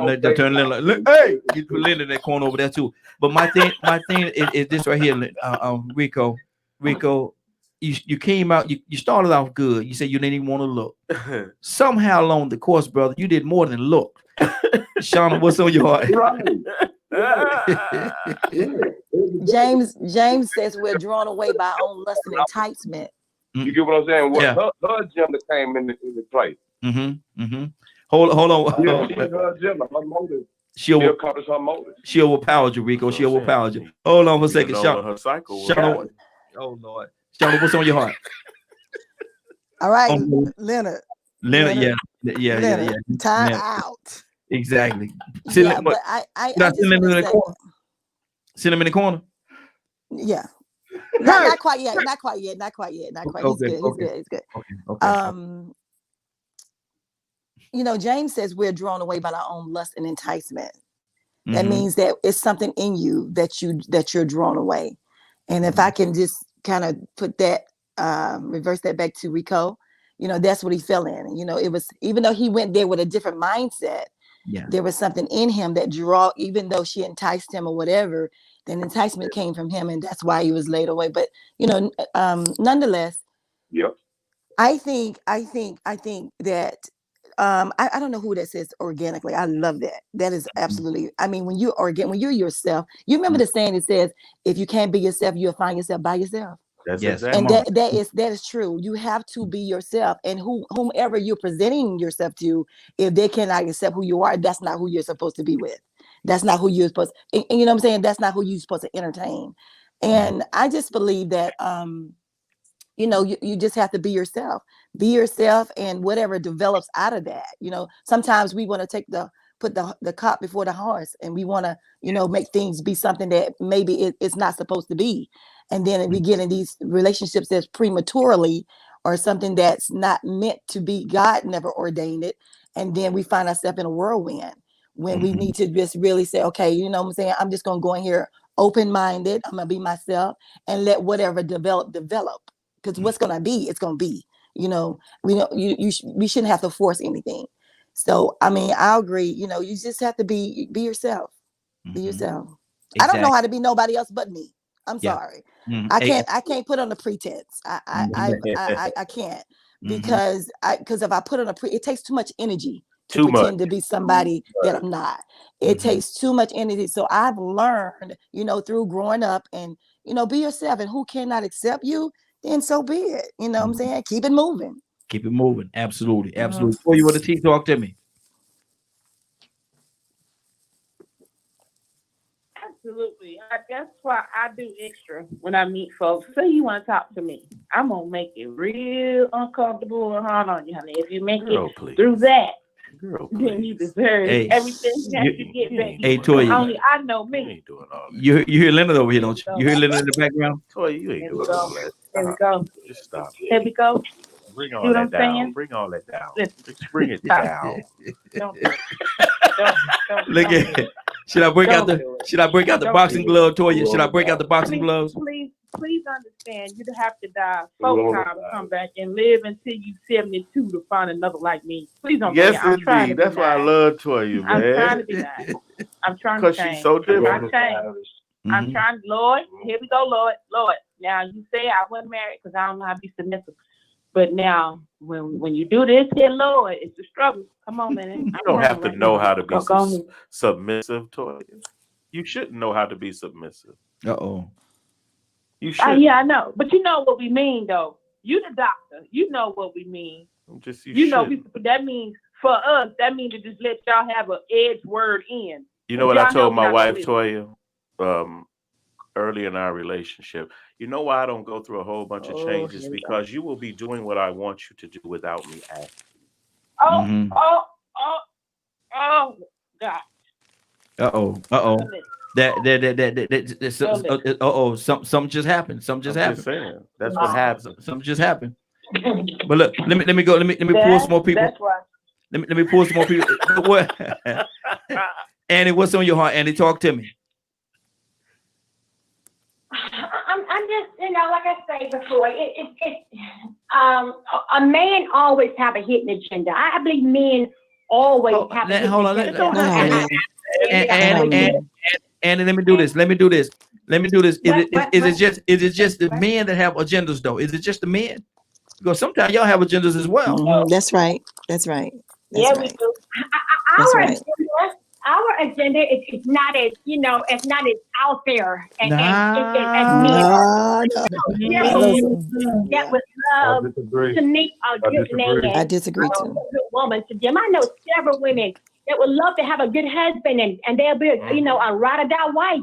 But the men always have a hidden agenda, and every time they con them into laying down with them, and once you lay down, the woman is all in her feelings and everything, and all of a sudden he stopped calling. You know, I always believe men have a hidden agenda. I don't care what you say. Men gonna always have a hidden agenda. One thing I liked about my husband, one thing that turned me on about him, he loves to pray. When we got to dinner before we got married, he loves to pray, and I love a praying man. So that's a major turn on for me. But see, my thing is, cut it out. I'm gonna turn your mic off, man. I'm just saying, Annie is probably a great catch. That's why she feels that way. You need to cut his mic off. Turn his mic off. Everybody tell me. Annie's a great catch. Put him in the corner too. See, Shauna told me not to put him in the corner, not just yet. So give him another chance, but I don't know, Lily. No. You get another. Shauna just being nice. Yes. Right. Yes. How do I come on into your screen? How can I be seen on your screen also? What do I have to do? I'm gonna send you a link right now. You just follow the link and come on in. I'm gonna send it to you right now.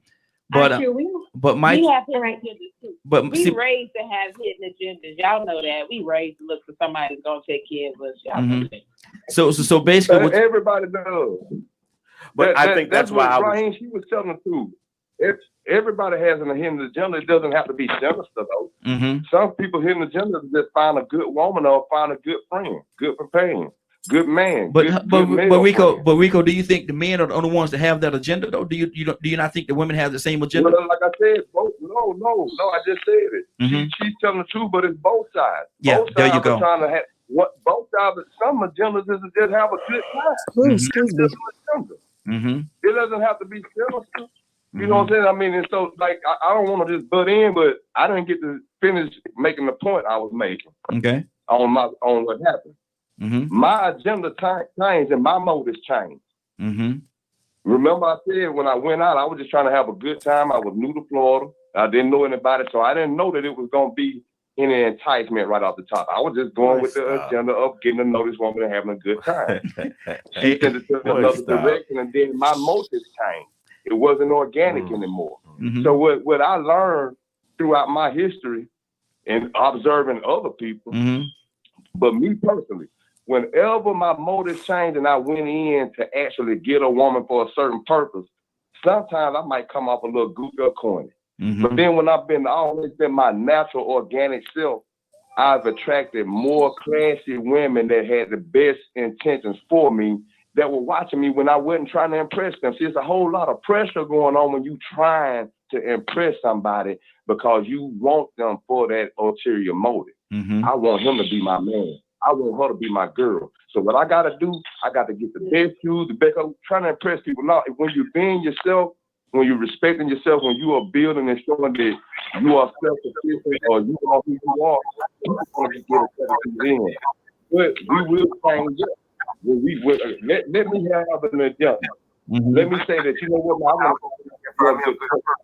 I might start going to church. Yeah. But I'm in the church for the wrong reason. And I'm with that woman for the wrong reason, because it still didn't happen organically. I went in there with the intention because I was tired of being single. And maybe because I'm tired of being celibate, I'm just ready to off some steam and stop being alone. But I want a church going alone. Hey, just a Rico, you hear Leonard over here talk? You hear what he's saying, don't you? Just a joker. What is that? Just a joker.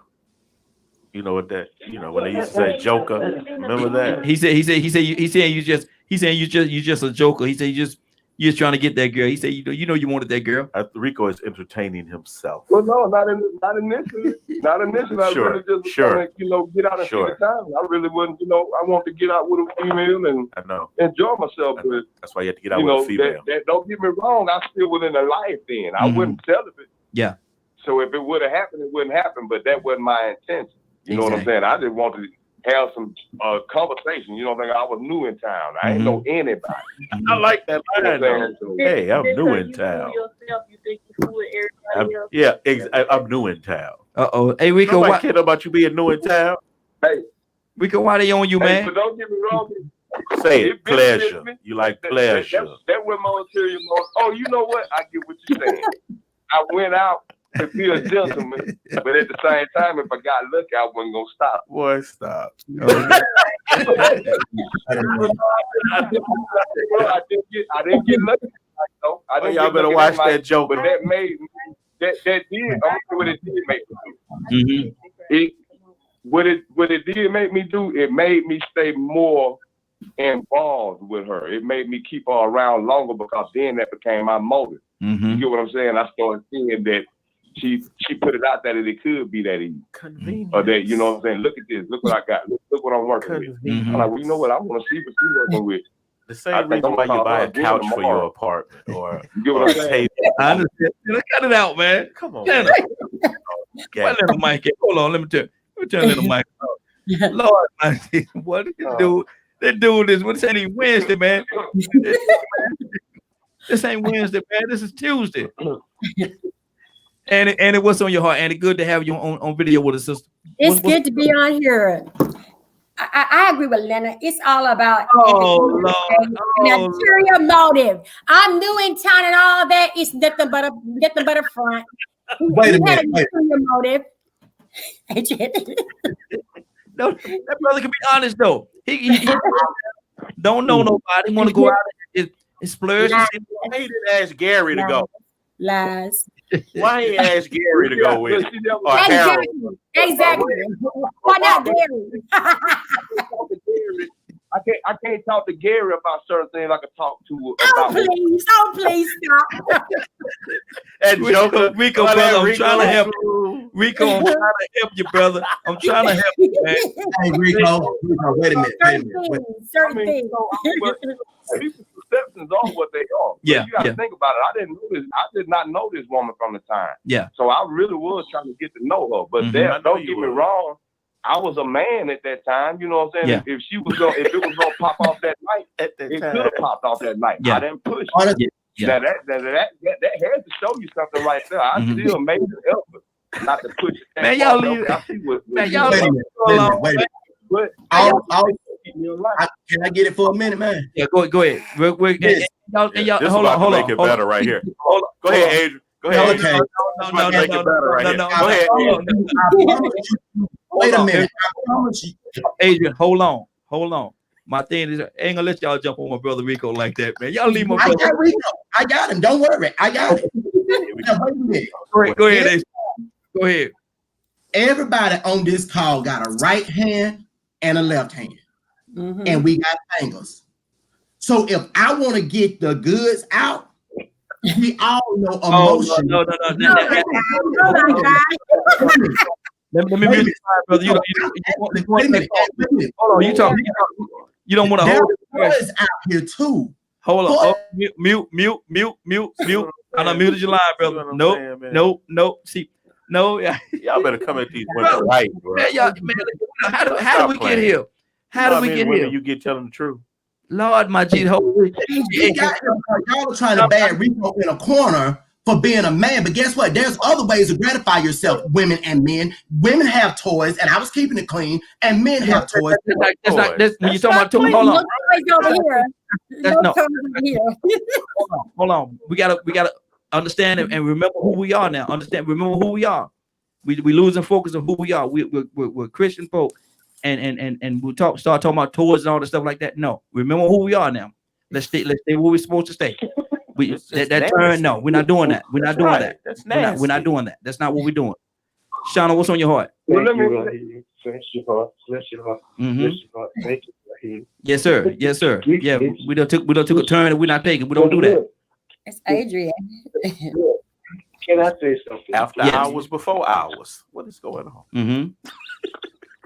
Hold on. Let me go to Shauna. Shauna, what's on your heart? Dawn, I'll come right back to you.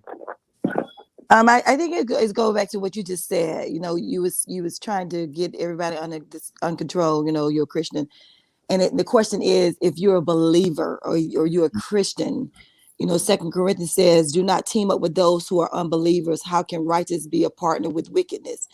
And it's all about who are you connecting yourself with. You know, what does light have to do with darkness? You know, it's all about who you're connecting yourself with. If you say you're a believer, you should find people that are like-mindedness, has the same like-mindedness as you have, and not, you know what I'm saying, let your flesh lead you to a place that you know you're not supposed to go. I'm sorry, I got to keep it biblical. I'm a woman of God. I'm gonna keep it biblical.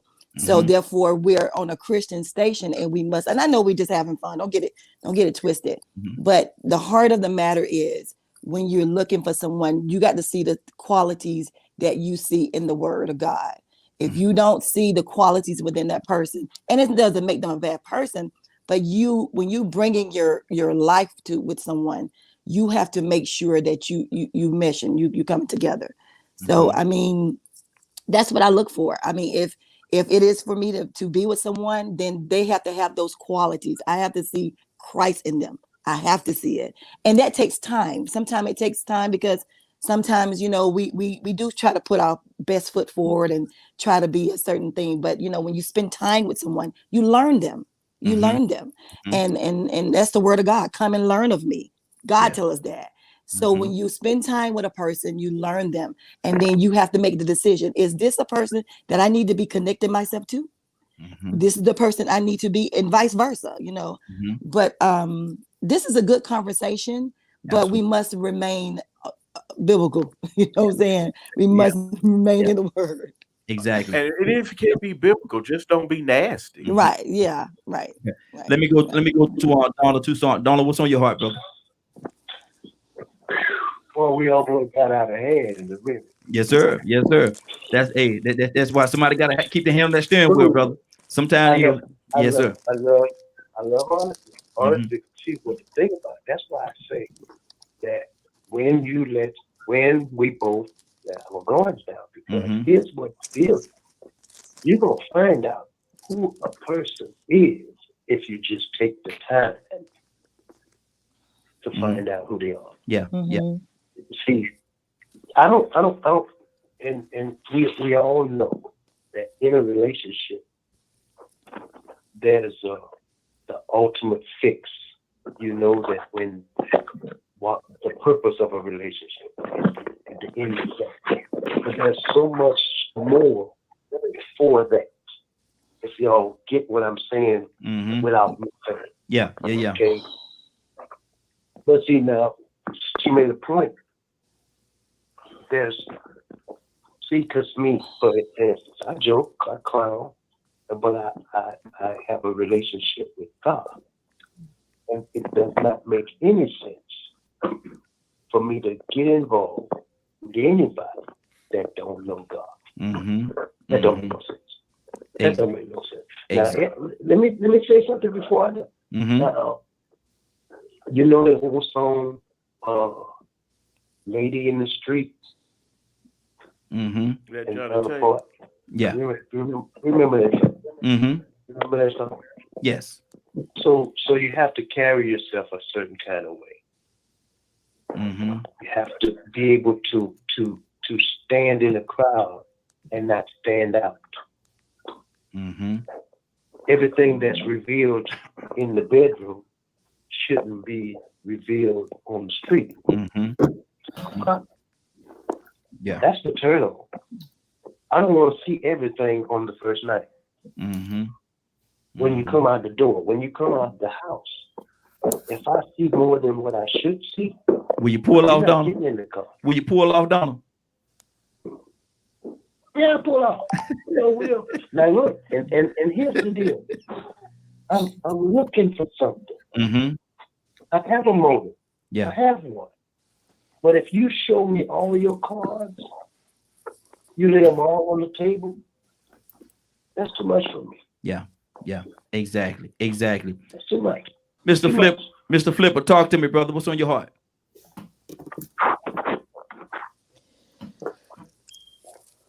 Mr. Flipper, you there? Mr. Flipper's at work. He might not be able to get to the line right now. Bishop,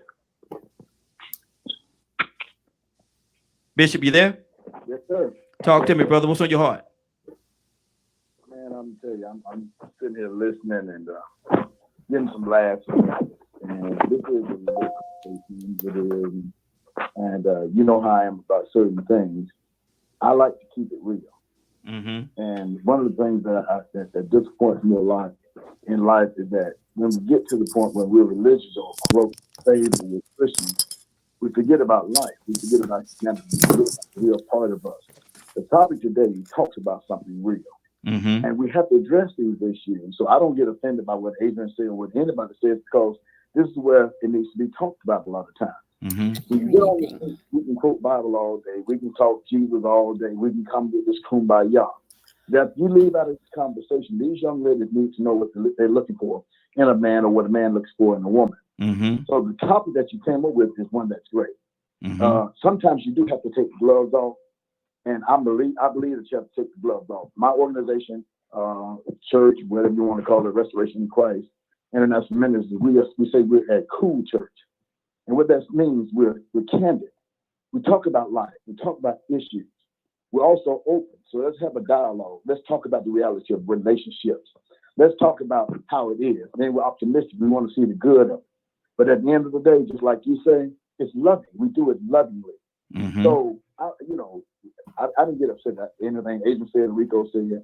I think it's good. Just like Donald and I, we make cracks. We got a pole, we'll throw a cord at them. We're not trying to disrespect or offend anybody. So, but my thing, Bishop, But and I agree with you wholeheartedly. You know, I feel the same about, you know, being real. I say it all the time. There's only one truth. I like to tell it, but at the same time, we have to also understand that if we're going to be a voice for the community, certainly for the kingdom, there's certain things that we cannot put out there in the atmosphere, because we are responsible for what we feed. And if we feed somebody something that's not conducive to the spirit, then we'll cause them more harm than good. We'll cause them more harm than good. And that's huh? Well, what should be conducive to the spirit and what should be harmful to the spirit is the fact, man, that these young girls, and as Rico was talking about a book he was reading, I had a conversation with a young lady. She said, I read Steve Harvey's book. Think like a man, but act like a woman. That's Steve Harvey's perspective. That's Steve Harvey's perspective. That's not mine. Every man is not Steve Harvey. But everybody don't act like Steve Harvey. Yeah, I understand. But my thing is, Bishop, we can't. I don't think it's productive for us to get on here and start talking about sex toys and masturbation and things like that. I don't think. Well, I'm cool with that. Yeah, I don't think that's productive at all for us to do such a thing. I don't agree with that.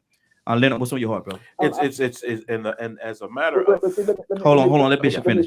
Go ahead, finish your thought, Bishop. Let me finish the statement. Go ahead. I understand where you're coming from, and we don't want to go too over. We don't want to get too far out there. We don't want to go too far in the left field. But when my daughter's grown now, I would sit down and talk to my daughters about life and relationships. Because you don't need a man to validate you. I think that's what Anna was saying. I think that's Shauna was saying. And then, but when you look at a guy's going to put his best foot forward because he wants to get what you got. Let me say he wants to get between what's in your legs. Now, that is so true. But then let's educate them beyond that. Because after 30 seconds of sex, then where's the relationship going to go? Because you got what you wanted. So do I have a relationship at this point? Or was it just a bed? I hit it and quit it and keep it moving. Because believe it or not, that's what some women want now. Is you want to hit it and quit it, and then let's keep it moving. Okay, that's right, Bishop. Okay, let me go to coming back to you. Go ahead, finish your thought, Leonard. And it was from the point of view to the point where it really depends on what you want and how you want to be viewed. One thing I love about Shauna is when she was talking, she was sincere. You could tell the sincerity in her voice about how she chooses to be. That's what she brings to the table. If you are that type of person and all you think about is sex, then it's going to be evident, because that's all you're going to be. That's what's going to come across. And then you can't sit and say, oh, this is what is coming out of my mouth, but this is what I desire. You know? I'm not going to say I'm doing all this, but I'm trying to be a Christian, because I'm not. It's not. That's not the thing. It is, how are you presenting yourself? Is it the true you, or is it not? Because these are the very simple things that we need to be looking out for specifically as well. These men with these strange sexual addictions. You shouldn't just have to be doing something, or have to be trying to get in somebody's pants. Just have a good evening or what have you. And if that goes that way, that goes that way. If you're the type of person want it up front, boom, hit them with it up front. But we have to understand that it's just not even, I'm put all my cards on the table and I'm going to show. You got to put some cut on it. You just have to. Things have to be gradual, whether it's absurd or not. It should be honest. Even as a preacher's kid, and I have friends, and one thing they would do is they would mess around with the girls at church. Don't mess around with the girls at church, in church. That's counterproductive. Who it is I'm trying to be. You know, and this is a problem. And see, that behavior doesn't change. Then you become that preacher, that pastor sleeping with everybody in church. Because that's how you used to be as well. Like, I remember it was so funny when Rico said, I was a man then, you a man now. What's the difference? Why have you changed how you move? Why have you chosen to be celibate? You know, those types of things. You have to examine yourself. It's not about everybody else. It's about how do you want to present yourself? How do you want to be known? And I'm not the type of guy. If you want to be known as nasty, hey, I understand. Mm-hmm. But don't send two different messages. You're not trying to be like Christ, and then you don't already jumped on all these other behaviors. Mm-hmm. Either you are or you're not. I used to joke a lot when TD Jakes would come to town. Mm-hmm. And at the World Congress Center. Mm-hmm. And the train, I mean, if you tried to catch the train when TD Jakes was in town, man, let me tell you, it'd be but women, just crowding the platform, crowding the train. And I used to always make a joke, fellas, y'all shouldn't be getting it right. Because all these women don't got prayed up. All these women don't went and got their second win. They know who they are, who they supposed to be. And last thing they need to do is to be laying down doing the same thing they was doing before they went to that conference. Come on. Good deal. Good deal. Rico, what's on your heart, brother? I'm disappointed. I hear a bunch of hypocrisy. Okay. Now, the message, the opportunity to take advantage of the message I was trying to give is what led that to spin out of control. If I said something wrong with Borger, then, you know, I keep my words off the station, period, from now on. But I don't think I was saying nothing Borger. No, you did. But the thing is, so now, let me get to this point, though. The thing is I just heard Leonard say, you don't have to go out with a woman to get a woman to take her clothes off. And that's similar to what you just said. No. In so many words, I can't remember this. I think that's what Lemon just said. It was somewhere in there, something similar to that. No, it was more so of your intentions on what you want to do should be communicated clearly. Right. You said something about you don't have to take a woman out to get her clothes off or have that intention or something like that. Well, this is the thing. I got a question, and this ain't for nobody to answer. But it's for people to think about, because I know people say things all the time. Words ain't number sound come out your mouth. What happened to platonic? Why is it that on a Christian radio station, when a man says he had innocent intention to go out platonically and just have a good time, but he was tempted? Not he was tempted now, because I didn't go that route that night. Just like I didn't go on the last date. I still kept my cool, but I noticed what was going on. Actually being a platonic, then everybody came around and said, you know what you were doing, you know what you're doing, No, that wasn't it. Okay, but my agenda changed to influence. Exactly. Because that's right. Become a sexually addicted person. That's right. But let me say this to you. I was still a work in progress. I wasn't calling myself celibate at the time. Yeah. That's why I didn't screw. You might want to put me in the corner for this. I didn't hit it that night. Didn't try to. Could have. Right. But I stuck to my gun because I just really want to have a good time. I want to learn my way around. Yeah. Now, same thing when I went to New York. I met a young woman. I didn't want no dude taking me around New York, showing me around and having a good time and going out to eat dinner. Because they might mistake me and this dude for being something else. You see what image and perception is? Yeah, exactly. People That's right. A little fruity.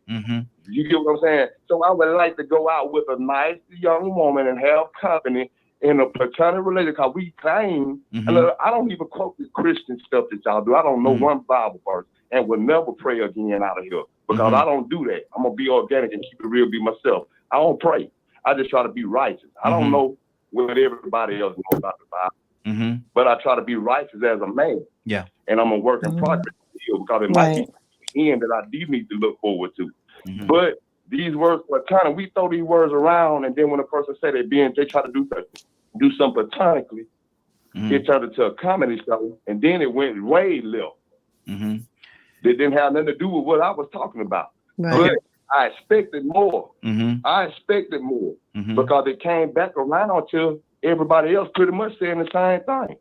I'm telling you from a point of view. Yeah, this woman tried to tempt me that night. She let me know what she was working with, and that was an influence on me still dealing with her, and we don't get along at all. Okay. My emotion thing. Okay, When and really see my thing. I had emotion, motive at the beginning, to be platonic, like I did in New York. That woman I met in New York, we went out, had a good time, and kept in touch for years after that, and never talked about nothing romantically.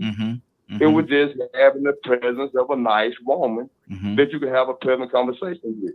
And that's what let me say this, and that's what platonic really is. There's no intent on sexual relationship. Yeah. Let me say this, Leonard. My thing is right here. Before I even say anything at all, I want to let you know, Rico, I appreciate your transparency. That's right. I definitely appreciate your transparency, because what you just said, and that's one of the reasons why I didn't stop you. I try to interject a couple of things, but one of the reasons why I didn't stop you from saying what you were saying, because I feel like what you just said can help somebody. That's right. Because what you just said is, to me, it was powerful. That's right. And that you was transparent enough to put your heart out there. You took your heart out and you placed it on the table, man. And I thank you for that.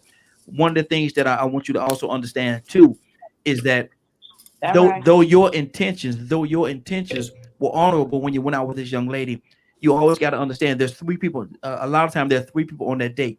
There's you, her, and that enemy that's trying to persuade you away from what your intentions initially were. That's right. And so she was, and I don't know her. I'm not gonna talk bad about her because I don't know her. I don't know what kind of person she is. But at that particular time, she came out and presented herself in that way. It altered.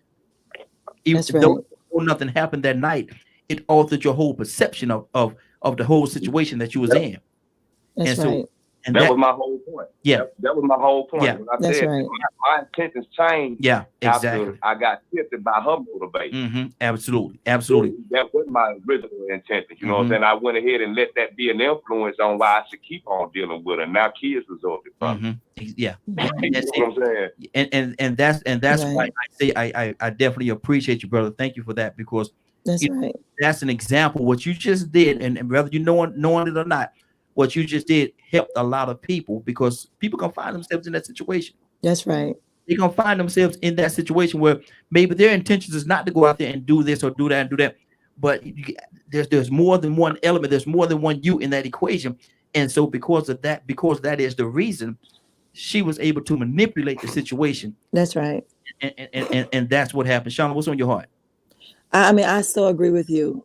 And if I just want to apologize to Rico if I said anything to kind of offend you, but your transparency is awesome, and I'm grateful for that. Yes. But the heart of what we're talking about is about chivalry.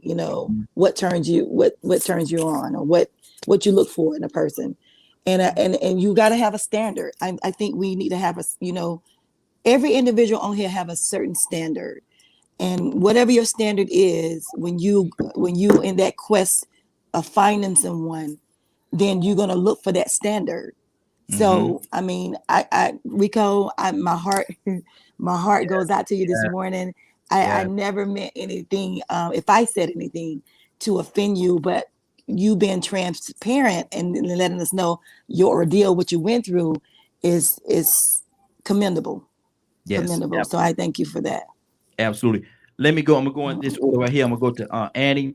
I'm gonna go to Annie, Toya, and then I'm going to Adrian. Annie, what's on your heart? I think we kind of went left for a moment, with not trying to go there, but we went there somehow. I don't think anyone was trying to make anybody feel some kind of way. However, our initial question was, what is it about the first date? What is it about this man that caused you to keep him, or female, or however? But I think all is well. I mean, no one tried to go here. People spoke their minds. Sometimes, you can be transparent, and sometimes you can be transparent in front of the wrong people. That's right. So I just feel like everyone, no one's offended. It's a great topic. We as Christians, sometimes we don't want to talk about those hard issues, those issues out there. We don't want to say certain words to make people feel a certain kind of way. However, like I stated, you can be transparent, but you have to sometimes know your audience, know who you're being transparent in front of. So all is well. What is it about a man that would make you want to keep him? I stand by a praying man. I stand by a gentleman. I stand by a person, I'm going to stand on a person who is genuine, a person who loves the Lord. Because if you date someone, if you meet someone that loves God, he or she will love you as well. And they will know how to treat you. If you fear God, if you reverence God, you know how to treat me. So if God is first in your life, it's going to be okay. And you are a keeper. Exactly. Toya with the T, talk to me. No, that's deep, and I think that we should be able to talk about all these things, because all these things are demons that kind of help run our life. And the truth shall set you free. But at the same time, as Rico's saying, that as being females, we go through these situations too. All females don't do the same thing. And I was one of those females that had a different mindset. And it is all about intention. However, it's kind of like, don't go to that guy's house after 10 o'clock. Because if you go there after 10 o'clock, they're going to automatically think that you want to have sex. But that doesn't mean that that's what you want to do. So now, is it enticing? So now, because I come to your house, it's enticing? It's like we all got different points of views and different perceptions on how we take things that get things misconstrued. And I think that's how we get it twisted. But at the end of the day, I feel like this.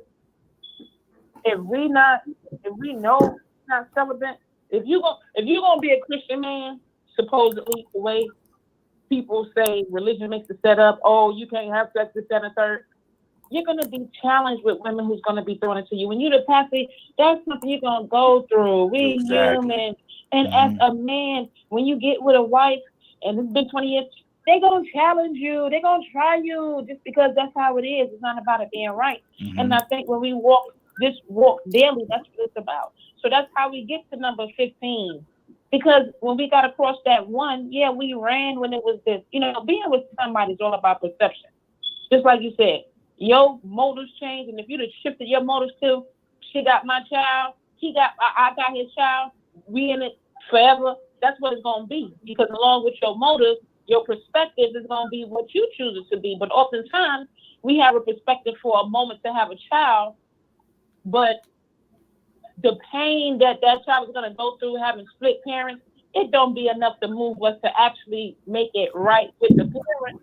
And our children suffer for that, because sometimes we move with our feelings until we understand no matter what you do and where you go, you got to stop and work on it for it to get better and go to the next reason. And we oftentimes squander that away. And just, from my personal experience, saying, a lot of these situations we put ourselves into, we do tell ourselves with the intention what we're not going to do. But if that person initiated and we do it, we also know that we really want to do it, but if that was tricky, then I ain't gonna, you know what I'm saying? Like, there's so many variables into how we want to get in situations. And this is why women that is controlled by both parties around gay that men. can engage things in different ways that we really have to take into consideration when it talks to, how we're dealing with each other. But when you're a man, you're the leader. This is just my opinion. When you're the man, you're the leader, and you set the precedent for the relationship by the right things you do, like God say, or the wrong things you do. When God say don't do it and you do it, you're going to have a problem. Adrian, let me ask you this question. Okay. Adrian, let me ask you this question. If she do that one thing, that make you think that she is the one, and everything is looking toward that way, how much does fear play into that? Because we sometimes as men, we don't like to commit, and we have an issue with committing. So how much would fear come into play when it comes to that? Well, honestly, with me, man, 0. And that's 1,000. That's 1,000. And I'm gonna tell you the reason why. And I know we're coming to the close, and I ain't gonna talk too long. Whenever I interact with a woman and encounter her, and I will simply touch on this, the topic that I brought up earlier that got people riled up. Okay, I didn't mean to do that to be disrespectful, but I will call myself a hypocrite at this moment if I did not address when you interact in dating and you ask me about how much does fear come into that? Zero. The reason why I can say zero is because I do for myself. Many times we go into relationships. Oh, well, I want her money. I want his money. I want somebody to help me pay my car note or my house mortgage. I want to have kids so I can get a paycheck until they're 18. Okay. I want to get with her because I want to hit it, or I want to get with him because she want to rap, whatever, and I'll keep it clean there. That's where my statement came from earlier, self-gratification. When you start learning to do things for yourself, love yourself, it won't make you selfish, but then you choose to want to be with a young lady. For example, the young lady I told you about earlier, well, I won't say that I sent you the picture of her the other day. I chose to want to be with her, dude. Zero fear. That day that we were riding along in her car because my truck was getting a new motor in it, I looked over at her and she was looking at me. She had a look in her eyes. And in my heart, I said, you know what? I think we're going to make this. We're going to make it. Yeah, I felt that. Zero fear. Mm-hmm. Why? Because it ain't jack crap that you got that I'm like, oh, well, this is my ulterior motive. I'm taking you out. You know, I'm new in town or you new in town. So I'm taking you out because I want to hit it. Guess what? I can gratify myself. I can put food on my own. Well, God, I can put food on my own table. Okay. But now if I choose to want to be with you, for whatever reason, you know, it's because we got that connection. We got that love. We got that intimacy. We got that communication. So you ask me the question, you know, sometimes men are like, oh, you know, I'm scared to share that something. Heck no, if I got a power woman that I can share power with and we can rock and roll with each other, we can help each other think, we can encourage each other, you know, we can keep each other pushing on. Ain't nothing wrong with that at all. Mm-hmm. Ain't nothing wrong with that at all. Period. Zero. Let me go to Tucson. Let me go to Tucson. Tucson, what's on your heart, brother? We winding down. We winding down. What's on your heart, brother? Thank you. We're different people, man. Mm-hmm. Everybody's different. And let me go with when life started for all of us, we had the command to be fruitful and multiply. Mm-hmm. Okay. So there's an aim in a relationship to be fruitful and multiply. Do you know I got 5 children and 12 grandchildren? Mm-hmm. So what I'm saying is, when I meet somebody, I'm looking for a relationship that will go somewhere for a purpose. Mm-hmm. And the reason why I'm not offended by Adrian or Rico or anybody, because we're different. We're having an open conversation about a delicate matter that we feel different ways about. I don't know who was it. I think it was somebody said it got $17. $17. $17. You know what I'm saying? But I'm not offended by that because, hey, I'm who I am. I joke and I clown, but I don't like or somebody that reveals everything, even though I have maybe somebody's mind or alternative. I can't even pronounce it. A motive. Mm-hmm. Yeah, thank you. Help me out if you can. Mm-hmm. There's a process to get to that. I'm not gonna on the first night. If it's free on the first night, it's gonna be free forever. That's not good for me. Mm-hmm. So even and check this out now. When I was young, I'm going to the club with a flashlight in my hand. Now, what do you think about all that? See what I'm saying? That's a little different, but brother. Just because I shine, that's a little different. That's a little different, that brother. That's a little different. Mm-hmm. That's a little different. That's different. Mm-hmm. But Adrian may be different in a way. Rico may be different in a way. Mm-hmm. But see, we're in the Lord knows I'm different. We're all the same because we're looking for a companionship. Mm-hmm. Mm-hmm.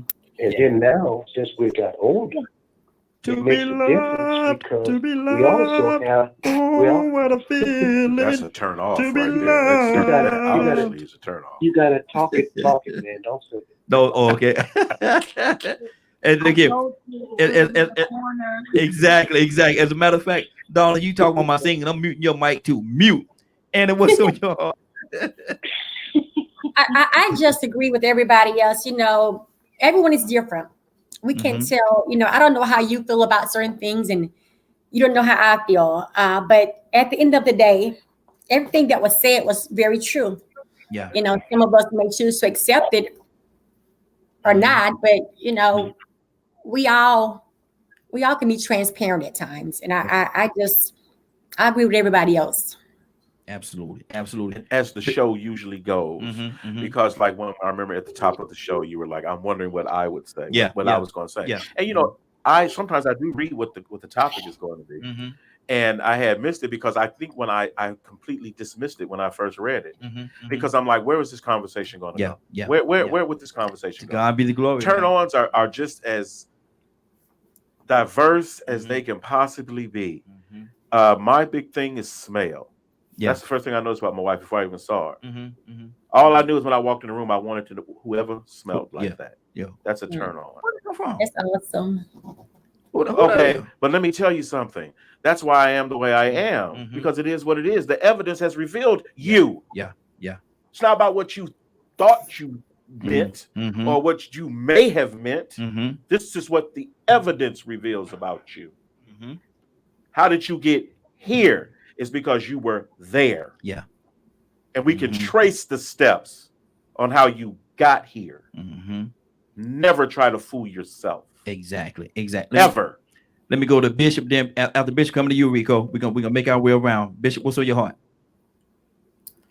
I'm just sitting there listening, man, and just trying to gravitate, get the understanding as it relates to relationship, what you look for in a relationship, what you look for this hit it and quit it, or you look for a long-term relationship. And that's the thing that we want people in the mindset to look for a long-term relationship. And if we don't teach men or we don't teach women what and what not to do, they find themselves having 105 baby daddies. Thank you. Out there. You know, so we got to talk about it. We got to make it plain. We got to make it clear the things they need to look out for. And that's what I was telling my daughters when they were, you know, I always tell them, Daddy loves you. You don't need a man to validate you. Yeah. Look for signs. And that's just it. So, you know, I always tell folks, I like candid conversation. I like to be open. I like to have a broader understanding that deals with relationships. And I ain't no clubbing kind of guy. Never really was a clubbing kind of guy. I went to the club. I went to the club to dance. How to get a woman. So that was just it. Bishop, hold on. Now you talking about you should go in there and cut the rug, bro? I used to love it every night. What? Oh yeah, I used to love the club. Me and my wife was talking about it the other day. Going to the club, cutting the rug. Oh, I used to go to the club a lot. Oh, cutting the rug. Dancing all the time and you hanging used out, to go drinking, too? having a great time. I used to dance in the club. Yeah. Right. Oh Lord, Lord Jesus, look at him. What? Rico, you ain't go no club, did you? Man, yeah. You that guy. You that guy. But come on, Toya. Was he that guy? Come on, Toya. Yeah, you was. You already know it. I had hair down my back. Hey, I had hair down my back. Long braids. And gold herringbone chain, man. I sold every bit of it. Whatever had a car with all the speakers you could stand in it, man. I mean, whatever. Whatever. And I didn't have to dance. I just used my charm. Look at here. So and other tools along with that, you know what I'm saying? But you know, speaking from the place of a celibate man right now, right? I think back about from those days, I still value a woman that would not let me sit in that conversation or that energy, that direction. Yeah, that's good. Now, because I knew all that stuff that I put on and that I did, I went with ulterior motives. Yeah. Yep. You know so did you respect them more? Across that woman that took that bait, and she wouldn't let it go in that direction.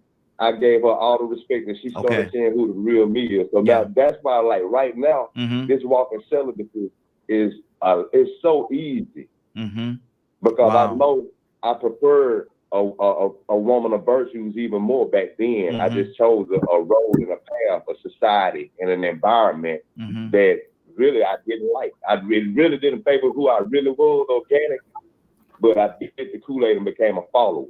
I became what mainstream society wanted. So, you know, I'm going back to the original question. The biggest turn on then, just like now, is when I can have a platonic relationship and conversation with a woman, an intellectual and a conversation and a relationship where we actually get along and cooperate and agree. That's the biggest turn on. Okay. Now let me ask you this question. Because Bath and Body Works used to get me too. But, you know, that faded me up to some wrong souls and wrong spirits. So now it's a deeper bond. Now that's why this walking celibacy is very easy. But I do respect the fact that back then even more a virtuous woman is what I wanted and I preferred. And it was just way more of a turn on. Somebody that wasn't loose. Somebody that really had virtues about themselves. And it still is that day. Good deal. Good deal. And I think it's very interesting that you said that this walk in celibate, because a lot of people will not take that stance, and a lot of people say they can't be celibate, and that you said that it's easy. And that's powerful because a lot of people wouldn't take that stance. Shauna, what's on your heart? I'm looking for some people. Yes, sir. Yes, sir. Yes, sir. Unmute your phone for me. Exactly. I think everybody on the panel is very beautiful people, and we just have different experiences. You know, we're just sharing, and I'm just glad to just be on the panel and just to be amongst the great.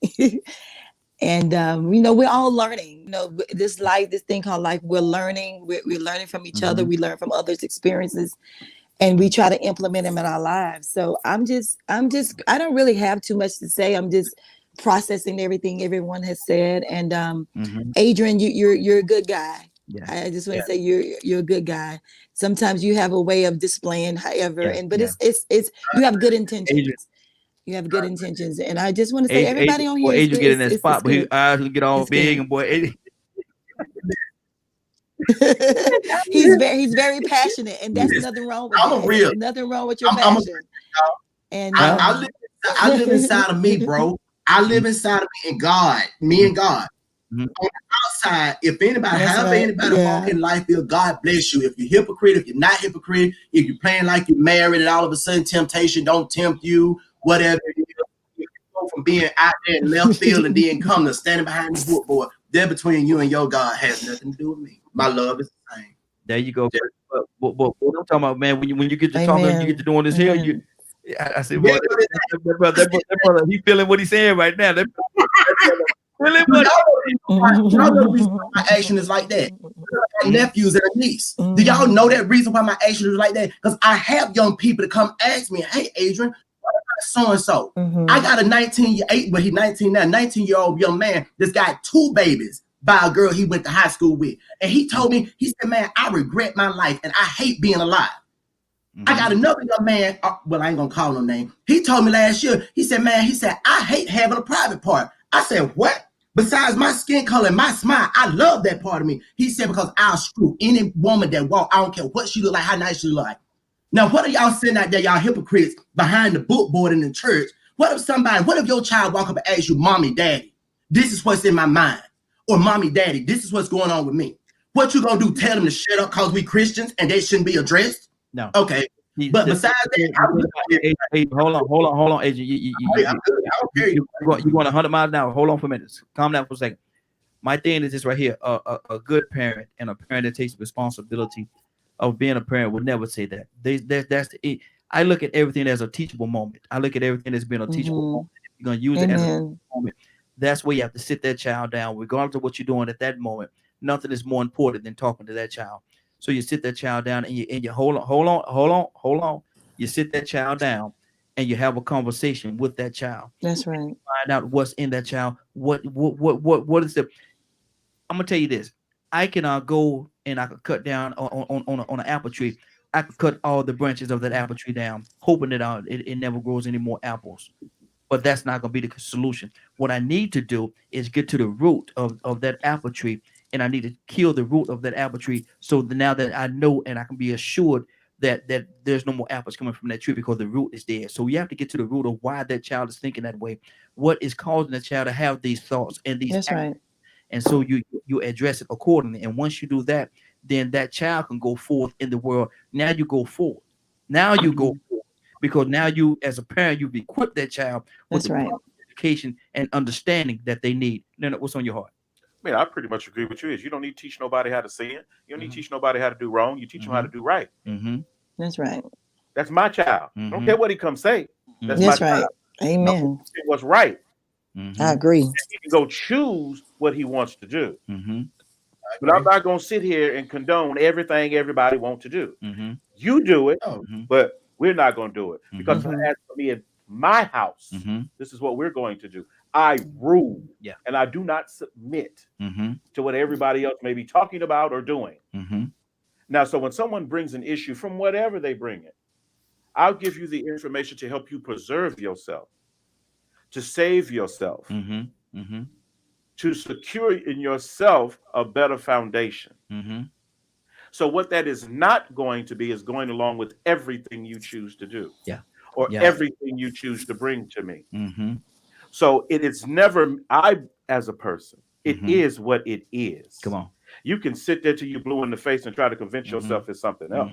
But it is what it is, because here's the evidence of what it is. Exactly. So this is what we're going to deal with. You may have all these thoughts and urges and everything and blah, blah, blah. Great. Okay. Look at the people who have acted on those. Look at that evidence. Exactly. Is that what you want from your life? Because that's what you'll get. Exactly. That's the evidence. Good deal. Good deal. So when we try to lie, like a woman will tell you, oh, he was so great in the beginning. But pretty soon, guess what happened? The real evidence. Yep. Clues started popping up to how he really was. So when someone tells me about what they intended to do, I'm not as interested. Yeah. I'm more interested in what you did. Exactly. Let me do this. Let me go to Mr. Flipper. You still with us? Mr. Flipper, you there? Mr. Flipper, I'm about to say it to you, brother. Annie, talk to me, Annie.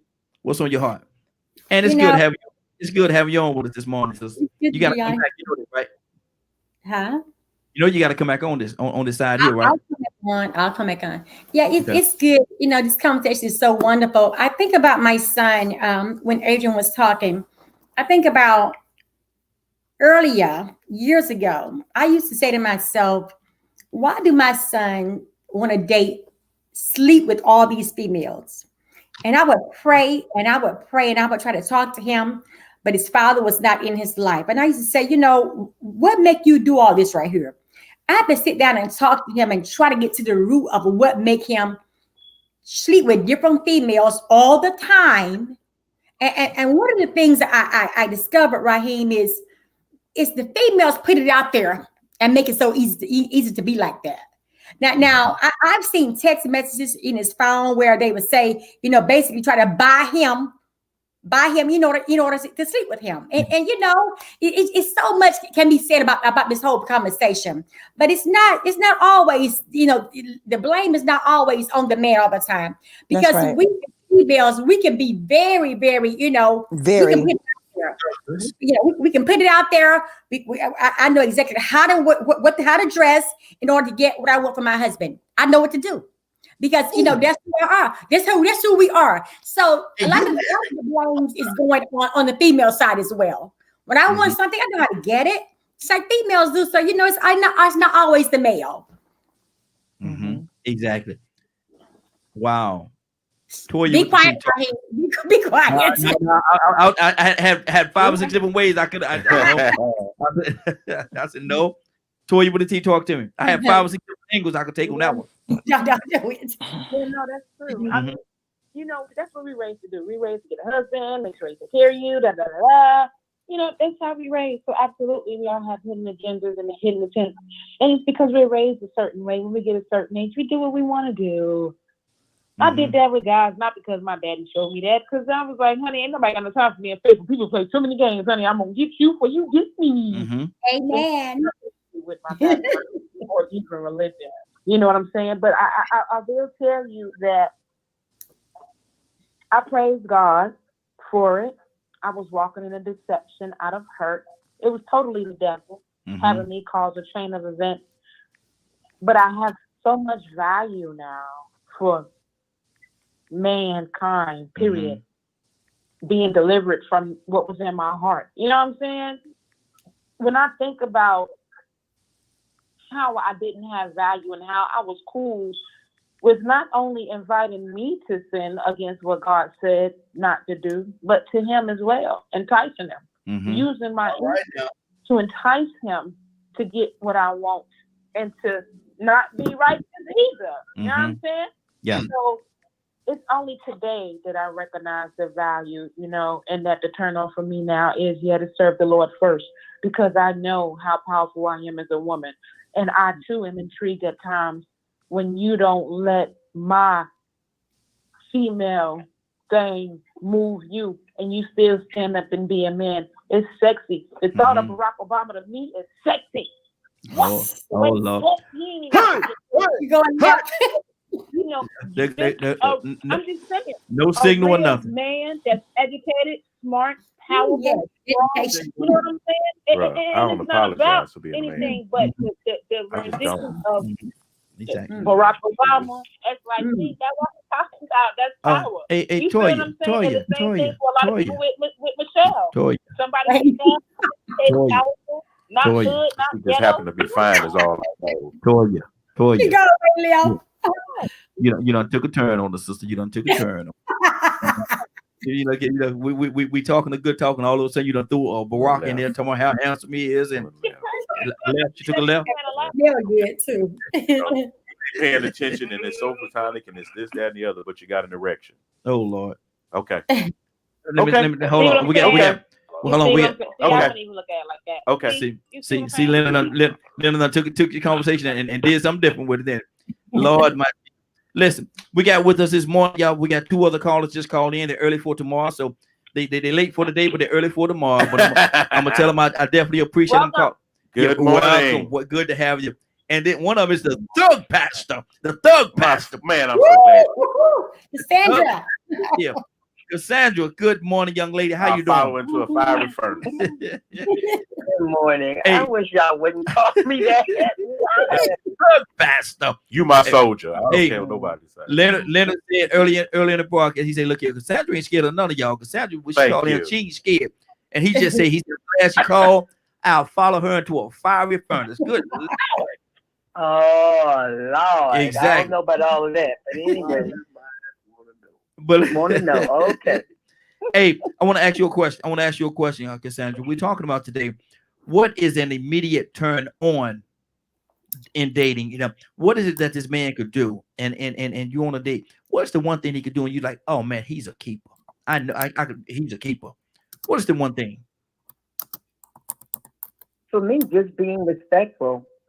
You know, that's just the way I am. I mean, just being respectful. It's not about how he look, how much money he got, that stuff.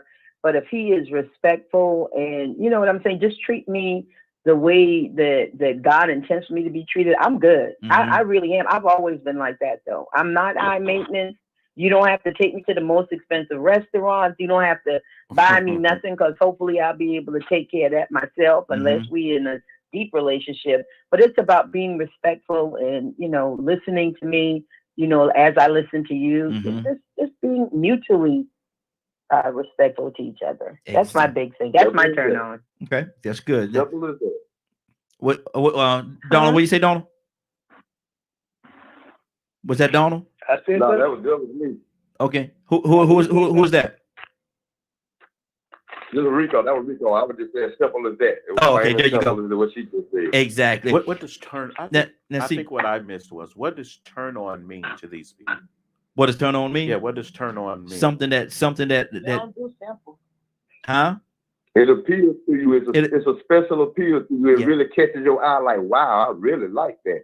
That turns you on. It's an attraction. That one moment where it said, Stimulation, baby. Oh, yeah. Oh Lord. Donald. Okay, that was Adrian, wasn't it? No, I think that was Donald. No, that wasn't Donald. Donald can't do that. That was Donald. Oh, okay. Thank you. Which song? That was Donald trying to sing. Who was that? Who was that singing? That's Adrian. Oh, that was Adrian. I don't know, but they need to talk it through. That wasn't my song, but I'm gonna drop this as my comment since I'm late for today and early. Hey, my brother. Hey, that's my brother Pete. My brother Pete. Drop no more singing lyrics, okay? Y'all listen. Oh, this is how I feel about it. Okay. Lovely angel of love, as I admire your perfection, giving thanks to the Creator above. Your walk elegant as a dance, face defining beauty, body chiseled, causing an erect trance. Lovely may not be your name. Lovely you are still the same. Lovely angel of love. Excuse me, I mean no harm. Instincts cause the touching of your arm. This rose I place in your hand and kiss once, twice, 3 times, and again. Plush, pillow, soft, even tone, caramel, satin skin, enticing, flaming lust deeply within. Acquaintance, love, if only a friend. May I at least enjoy thoroughly where life itself began. Lovely angel. The warmth of soul reflects body as we meet as one. Love and experience having begun. Seconds to minutes, hours, day one. Moon changing to sun. Nerve, emotion, feel bodies chasing climatic ecstasy. As slowly I love the loving of lovely, the love angel. So we should be snapping now. Can you bottle up? I know Pete do that. Oh, really? Yes, Pete is. That's what Pete does. Poet. Pete's. Yeah, he's a poet as well. See, hold on. We should be snapping now, and I'm gonna say. Okay, yeah, snap. I'm snapping. So y'all on y'all way to Bible study? Exactly. Angel. All right, you know what? Oh Lord! I'm just saying, is we on our way to Bible study? I'm trying to add something. Look, there go Leonard again. There you go. Look at that. Somebody look at that. Come on now. Was somebody look at that? Come on now. There wasn't one thing about Bible study right then. Yeah, it was. Okay. They're thinking of Matthew. Y'all can believe that. Listen, no, but you know what? Y'all need to read. Y'all must not have read Solomon. Thank you. Song of Solomon. Thank you. When he talk about the breastises. Yes, indeed. Hey, that brother gets deep with that thing. Talking about the breastises. Yes. Talking about the cuckoo the down pleasure. below. The pleasure. I'm wrong with what I talk about on the radio. Hold on, Adrian. Ridiculous. Adrian, all right. Lord G. Look at time for us to get out of here. What I talked about. Hold on, Adrian, calm down, brother. Calm down. Hold on. Let us count to 10. Pleasure. One, pleasure. 2, 3. Hey, Rico. Pleasure. Say it one time, Rico. Rico, drop it on us. Leonard wants you to say it one time, man. Pleasure. Wow, Leonard, what's going on at 3:00 today? If you did not get a chance to hear this show in its entirety, log on to www.dkmediagroup.com at 3:00 Eastern today. Good deal. Toussaint, pray us out, brother. Thank God, Father, we come and we give you glory. In all things, we give thanks. We bless you for who you are. You said that we should come and just reason together, and prayerfully, something that was said or done that would edify the body. And then there are those that might not know you, that may have been listening, that we would just have said something to draw them closer to you. Forgive us for anything that had gone out the way. Wash and make us clean as we try to live our lives to be easy in your sight. Bless us as we go through this day. In Jesus' name we pray. Amen. Listen, this has been this is one of my favorite broadcasts today, man, because everybody, man, brought something very unique to the conversation. It was a real good. It was. Why am I hearing the background? Somebody need to mute the line. I'm hearing the background from. Okay, there you go. Been a great broadcast. I want to thank everybody for joining us, and more than that, I want to thank you for allowing DK Media Group and the Morning Glow to be a part of your morning. It is now 10:03. You're about to exit the Morning Glow, but before you go, I want you to do me 2 favors, if you will. One, I want you to continue to pray for us because we're certainly praying for each and every one of you. Number 2, why this is real simple. I want you to go out there, find somebody, and give them a hug because you never know. It could be the only hug that they get, or it could very well be their last. Love you, and ain't nothing you could do about it. Have a great day and a better tomorrow. That we shine some of this light on you from the morning glow. Take it out there into this wicked and cruel world that we live in, and let your light so shine. I see Adrian over there repeating. He over there repeating what I'm saying. Lord, my Jesus, man, stop that, man. What are you doing, bro? It's a wicked and cruel world, and that's very true. Lord, go out there. If y'all don't mind, y'all go out there and find somebody, and go out there, find somebody, and give them some love. You just might find some love in return. You all have a great day and a better tomorrow. Now, don't forget to join us tonight, 8 o'clock to 10 o'clock p.m. Eastern Standard Time, right here at DKM Media Group and Associates. Real men being men. We got 4 outstanding squares we're going to talk about tonight. We might get to them all. We might, Leonard, you know how we do. Sometimes we might make it to 1 square, 2 square, 3 square, or all 4 squares. You never know. You never know. But y'all join us anyway for tonight. Adrian, you with us tonight, brother? Great show, y'all. Send me an email and I'll join you this evening. All right, good deal, good deal. I know I'm looking for Donna. I know my brother. My look at here. Lynn, what? You with us tonight, man? Of course, my man. Watch it, Bishop. Bishop ain't answer the question. See, Bishop, he going to hang up right now. Rico, talk to me, brother. You with us tonight? Rico might have hung up on us. Yeah, we don't lost Rico. I called him back. Okay, you all have a great evening, man. We're getting ready to get out of here and love each and every one of you.